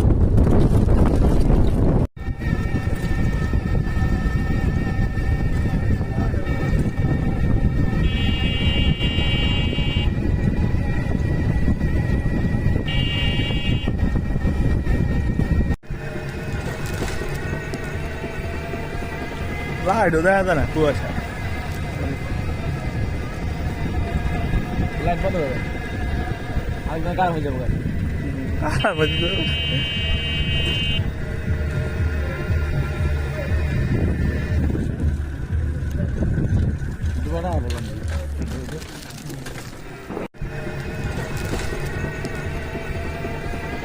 লাইটও দেখা যায় না, কুয়াশা।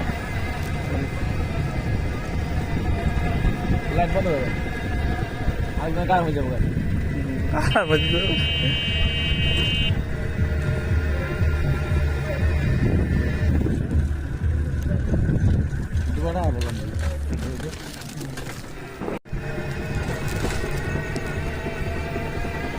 লাইটও দেখা যায় না, কুয়াশা।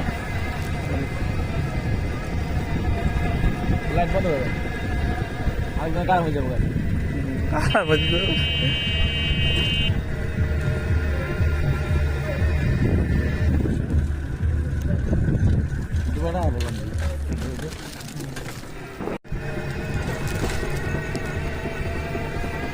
লাইটও দেখা যায় না, কুয়াশা। লাইট বন্ধ করে একদম কার হয়ে যাবো, কার হয়ে যাবো।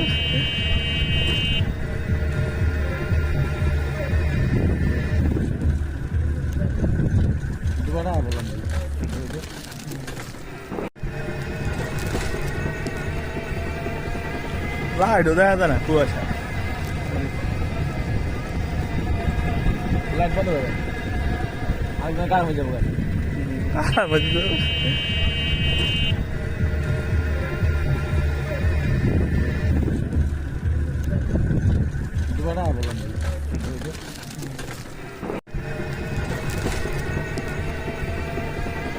লাইটও দেখা যায় না, কুয়াশা। লাইট বন্ধ করে একদম কার হয়ে যাবো, কার হয়ে যাবো।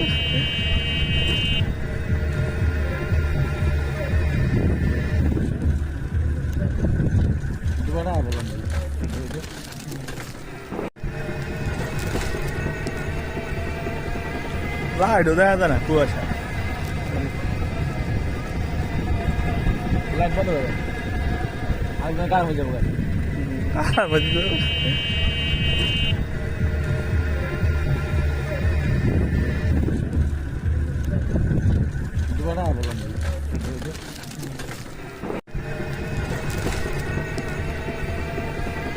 লাইটও দেখা যায় না, কুয়াশা। লাইট বন্ধ করে একদম কার হয়ে যাবো, কার হয়ে যাবো।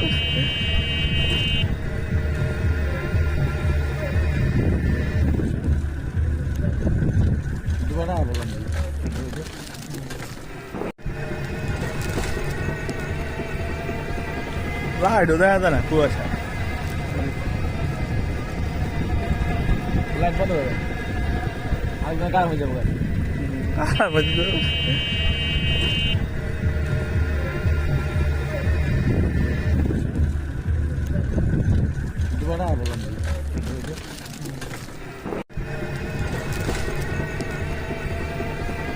লাইটও দেখা যায় না, কুয়াশা।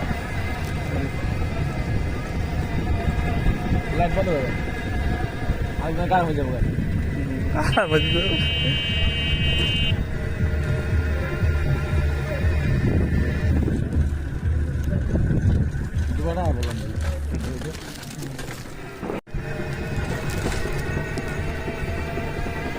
লাইটও দেখা যায় না, কুয়াশা। লাইট বন্ধ করে একদম কার হয়ে যাবো, কার হয়ে যাবো।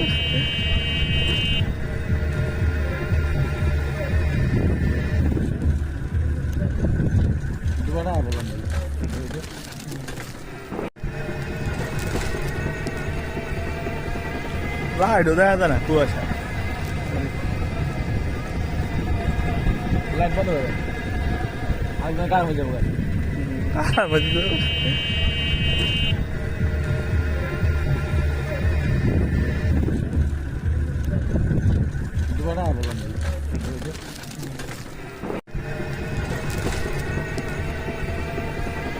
লাইটও দেখা যায় না, কুয়াশা। লাইট বন্ধ করে আরেকজন কার হয়ে যাবো কার বলছো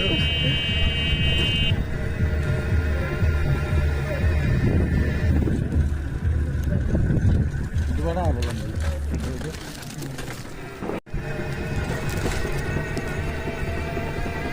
লাইটও দেখা যায় না কুয়াশা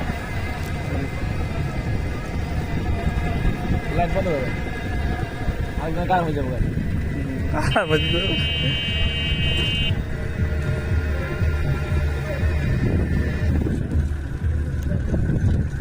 না বললাম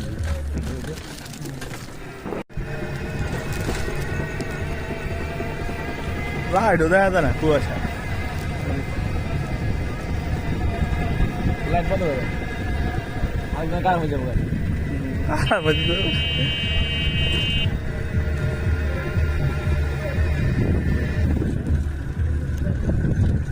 না বললাম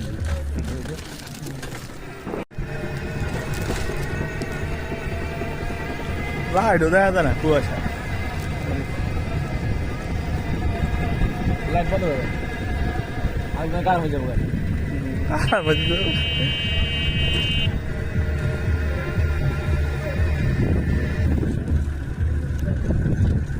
না বললাম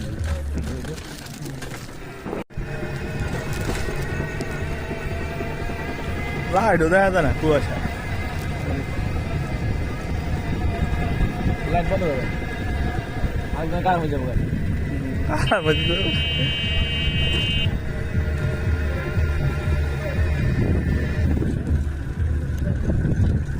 না বললাম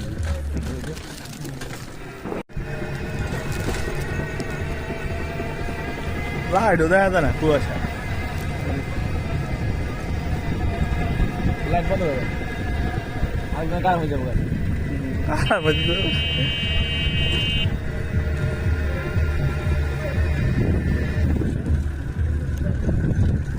না বললাম